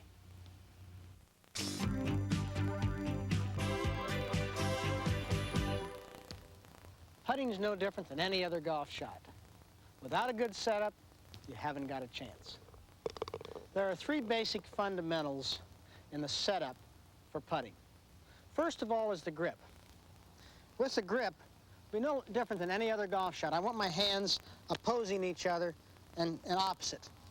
I want the right hand, all four fingers on the putting shaft, and my left hand has the index finger of my left hand overlapping the last finger of my right hand, and it's called the reverse overlap grip. This is used by 95% of the pros on the tour. And my thumbs are basically down the shaft. Now, that must be comfortable too, so a little adjustment for comfort is fine. Secondly, your eyes should be over the ball. Now, the most important part of over the ball is what I call down the line over the ball. It may be a little behind the ball, which is the way I putt, so I can see the line, or, which is probably preferable, but in a way I wish I probably could have putted, is my eyes directly over the ball. That way I have converging lines and cross on the ball, and that will allow me to hit the ball right at the base of the stroke. With my method, I am slightly behind the ball so that I'm looking down it, and the base of my stroke is a little bit before the ball, which means that I have to make an extra effort to carry my putter through the ball. The other important factor and fundamental is that your arms and your shoulders should always be on the line of the target, whether you use an open stance or the square stance with your eyes over the ball. Now, the reason I use that is because I must be comfortable. And putting is no different than any other shot. You have to be comfortable, be able to hit the shot properly. So here we are. Reverse overlapping grip, eyes over the line of the target, arms and shoulders down the line, and then it's just a matter of swinging the putter and hitting the putt. I hope it helps.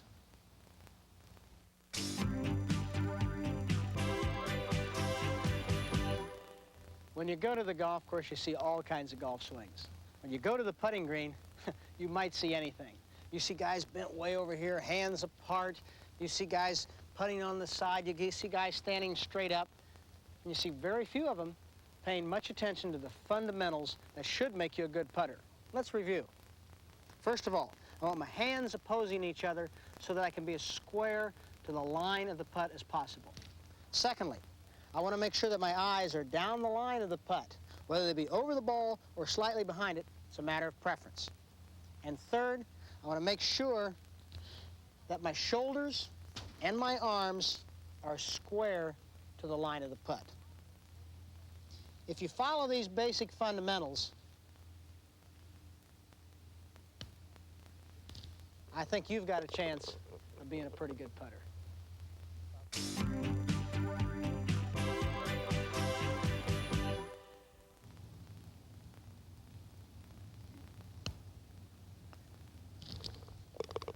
A good stroke is one that is repeated time after time after time. When we're putting, consistency becomes the name of the game. Being able to strike the ball solidly time after time.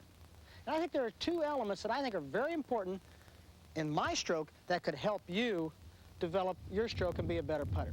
First of all, is I try to make sure that I putt with my arms and shoulders. I generate my power from my arms and shoulders, and I use my hands for direction only.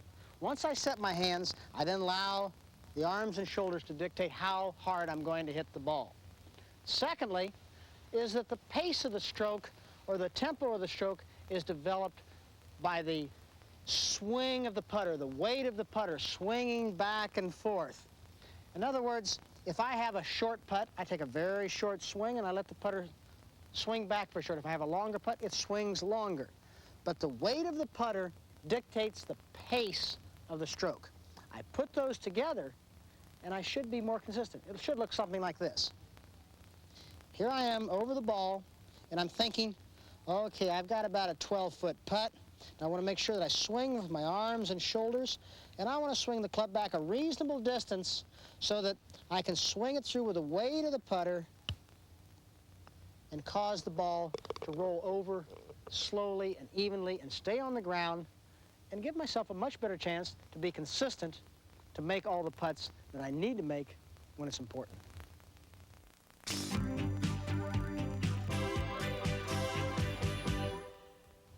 I think the average golfer doesn't separate his hands and arms enough when he's putting.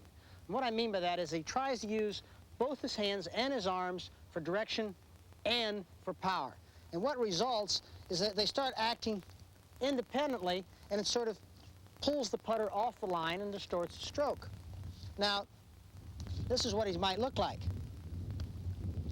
And I'm sure you've seen that kind of a stroke, and I think you've heard about the yips. Well, those are the kind of things that happen when you're trying to do too much and try not to keep it simple. Now, the other kind of fault that you might see with the average golfer is that he quits at the ball. You see a lot of fellas that say, well, I'm going to take a big, long stroke, and then they stop at the ball. Well, obviously, you must be aggressive, and you can't stop the putter. So what I really feel you want to do is you want to let the weight of the putter take the putter back and have it back far enough so that when it arrives at the ball, it is arriving with its maximum force, and you'll be aggressive going through the ball. Secondly, you want to make sure that the putter is swung from the shoulders and arms and not with the hands, and use the hands for direction only. That will keep the putter blade on line stroke after stroke. And after all, consistency is the name of the game. Here we are. Right down the line. Give it a try.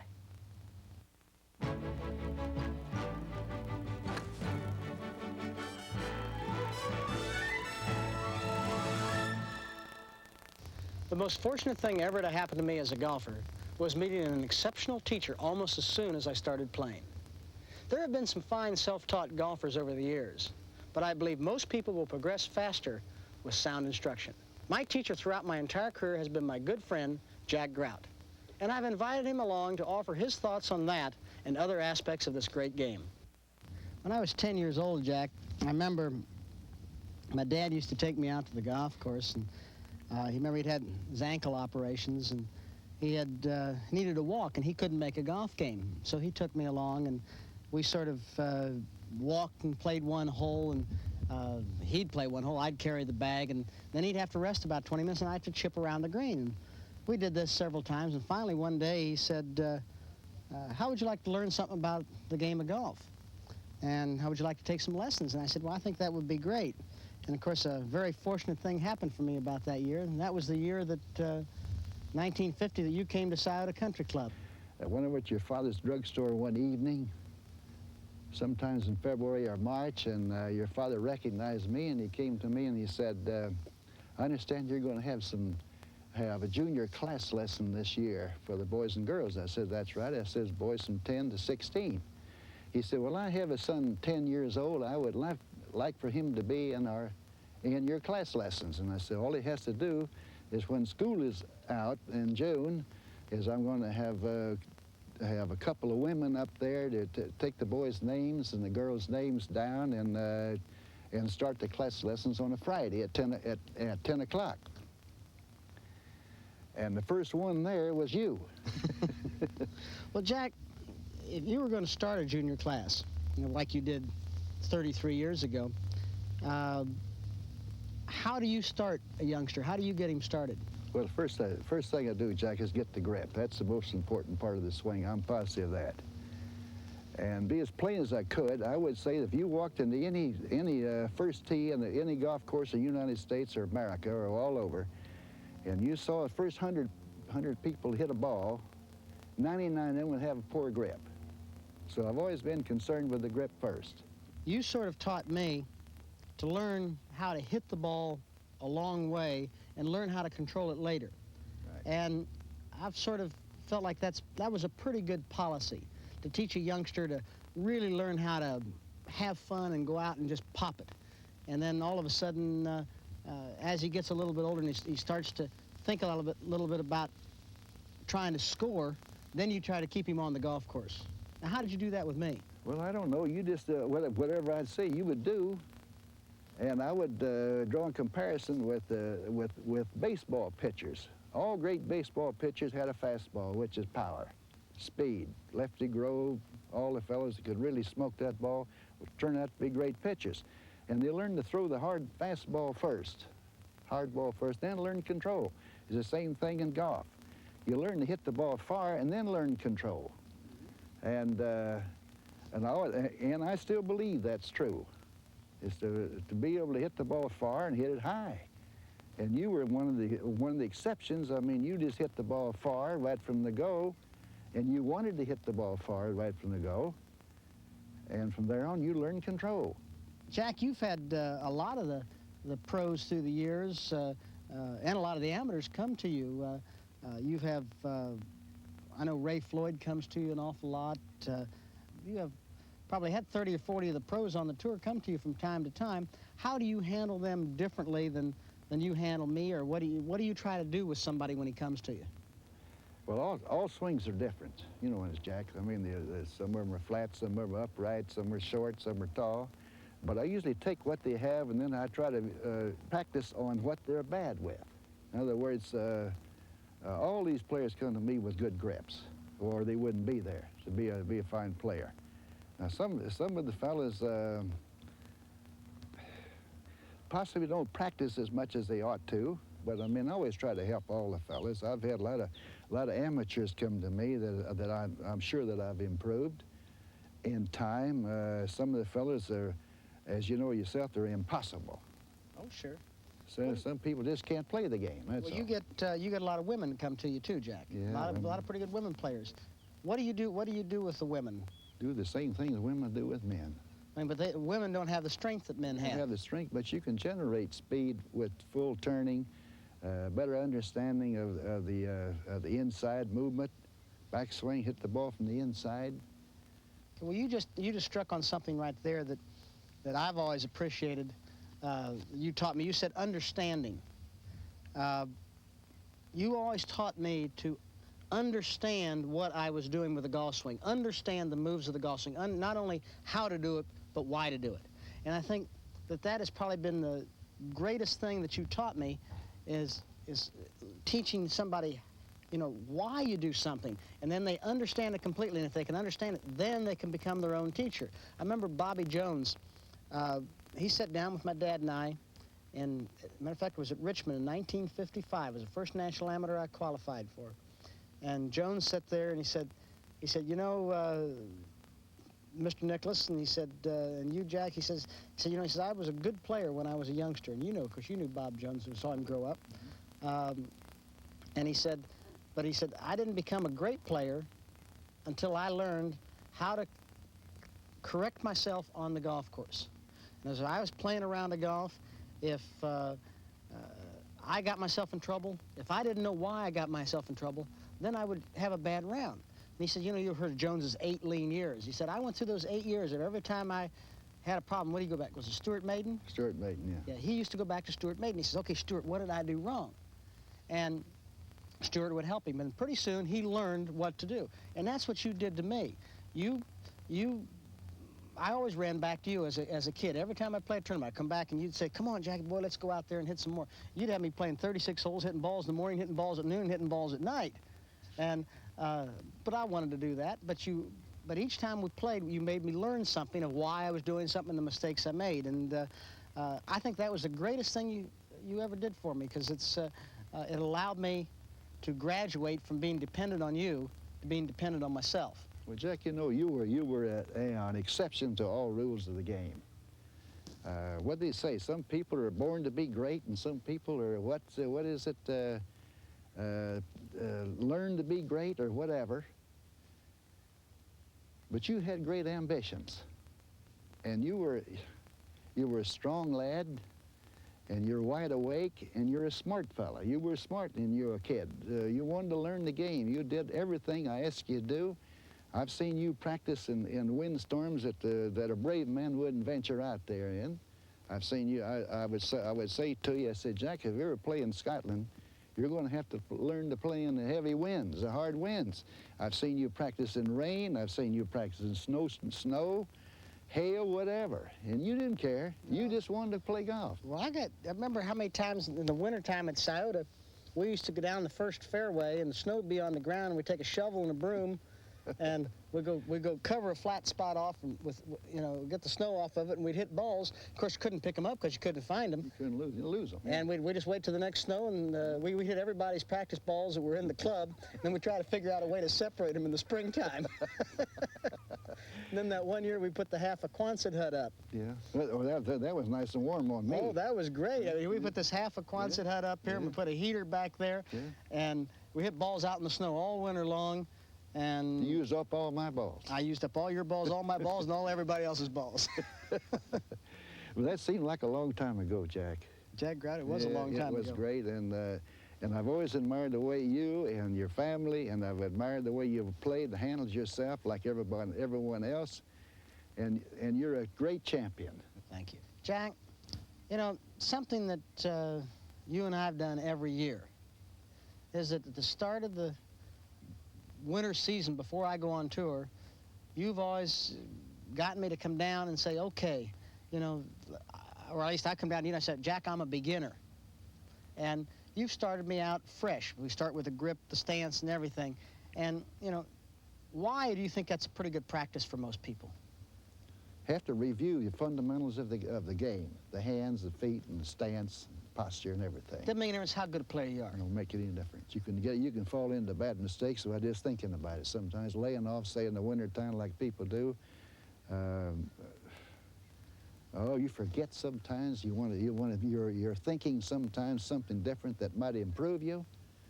And a lot of people do that a lot of times. They want to get away with what they know better, and they want to try something different. That's the main thing. Well, you know, from my standpoint too, Jack, I feel that coming to you early in the year, all those things happen. But also, it's at a time when I've had a layoff. Not only have I forgotten some of the good things, but I've forgotten a lot of my bad habits. Well, that's good to forget those. That's right. I forget my bad habits and forget the way maybe I was swinging, some of the bad habits I had from the year before. And we try to start out fresh that year, and I started, boy, I said, let's put my hands on the club right. Let's get my feet sitting properly. Let's get my head postured properly on my body. Let's get the proper stance, all the things that you need to get started. I think that's great. Now, you know, you have a lot of people that come to you, Jack, and, you know, I might be one who might be a fairly decent player, but you have a lot of people that come to you in the same way that are never going to be great players, but they enjoy playing the game of golf, and they want to have fun playing the game of golf. When you get a fellow who's never going to be better than a 7 or 8, obviously he wants to be a scratch handicap, but he's never going to be a 7 or 8. How do you get him to enjoy the game of golf, have fun, and accept what his limitations are, and to go out and enjoy the game? What do you try to tell him? Well, I asked him first, I said, how's your game going? What shall we work on today? I said, is your short game good or your long game good? Or I said, what's happening to you out there now? You're still a 7 or 8 handicapper. You have good power, you have pretty good swing. What happens out on the golf course with you? So that's what you work on. That's what you work on. But you make him enjoy it. You want him to learn to enjoy it. That's right. And I examine his clubs and see if he has the proper clubs in his bag, the shafts and everything, and see his clubs are in good shape and go from there. How many people do you find that come to you have clubs that they can't play with? 60% at least. Yeah. Got the wrong clubs in their bag, the wrong shaft. You take some fellas that, I've had pros come to me, big hitters, and they got a soft shaft in their bag. And I said, why do you have a soft shaft in your bag for? He said, I get more power. And I said, you don't need more power. You need to hit it straighter. Yeah. Learn to hit it straight, down the fairway. That's where the money is. You don't play out of the bushes. Getting back to this fella that comes to you and you work on the short game, it seems to me then that what you're trying to do is if a fella's, let's say, a 7 or 8 handicap, and he should be a 2 or 3 handicap, or he's a 15 and should be a 10, and it's a short game, you're trying to eliminate the part of the game that he has trouble with so that he will enjoy all the game. And if he enjoys all the game, then he'll be satisfied with a great part of it and have a lot of fun with it. But if he has one part that he fears, in other words, I went for a long time where I really feared playing certain kinds of pitch shots. Like what? Well, the pitch shots over the bunker. You remember when I went to Phil back in 1980, and Phil helped me get the ball over the bunker. I don't have any fear of those shots anymore at all. And I used to hate missing a green because I feared a certain shot. Now I don't fear it, so I don't worry about missing the green. And as a result, you're going to hit more greens, you're going to hit more good shots because you're not afraid of putting the ball in a place that you can't play. Jack, we've talked about coming back at the beginning of the year and working on the fundamentals. I think I've been a fundamental player all my life. I've never worked on gimmicks too much and everything else. Do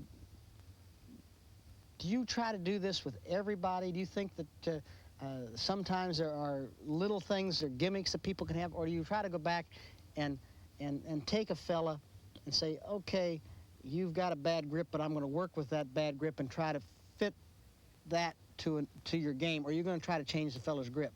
Or are you going to try to change the fella's stance if he's got a bad stance? What do you try to do? If a person has a bad grip, I can't accept that. And I don't know how to work around a bad grip. Okay. If a man has a bad grip, I show him how to hold the club the proper way, and I insist that he does that. And I'll remind him every shot that he must adhere to the proper grip. Let me ask you this question, which reminds me of grip. You know, a lot of youngsters start out and they have a very strong left hand. They think that's stronger, when in actual truth it's weaker. Right. But they feel like, and women hold it strong with the left hand, or what they call strong by turning the left hand to the right. At what age do you feel that a youngster usually is strong enough to start working with the right grip, or would you prefer him to work from the right grip right from day one?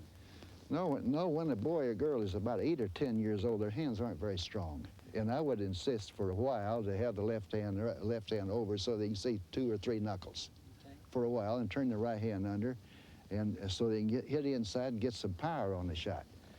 But after a while, when they get a little bit taller and they get stronger, then I insist that they use the proper grip.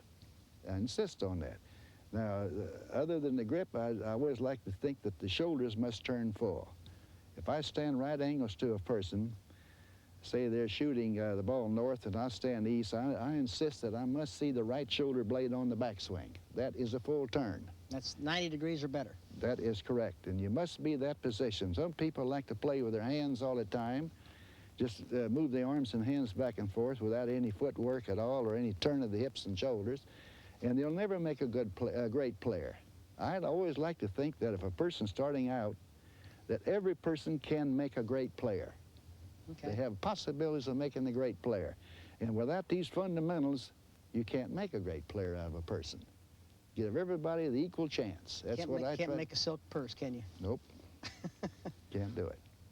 Well, Jack, you know, I can't thank you enough for all the years that you've helped me and given me in the game of golf. And yeah, I might have been a good pupil, but I had one hell of a teacher. Let me say this, Jack. In all due regards to whatever I've done, you've made a great teacher out of me. Well, that's a good partnership, Jay. Okay. Thank you. Thank you, bet. Well, there we are. Golf my way. This marvelous game has given me tremendous enjoyment and fulfillment in my life, and it's always a pleasure to try to help other people get more fun and satisfaction from it. I hope you've enjoyed the show, and the very best of luck to you in all your golfing endeavors.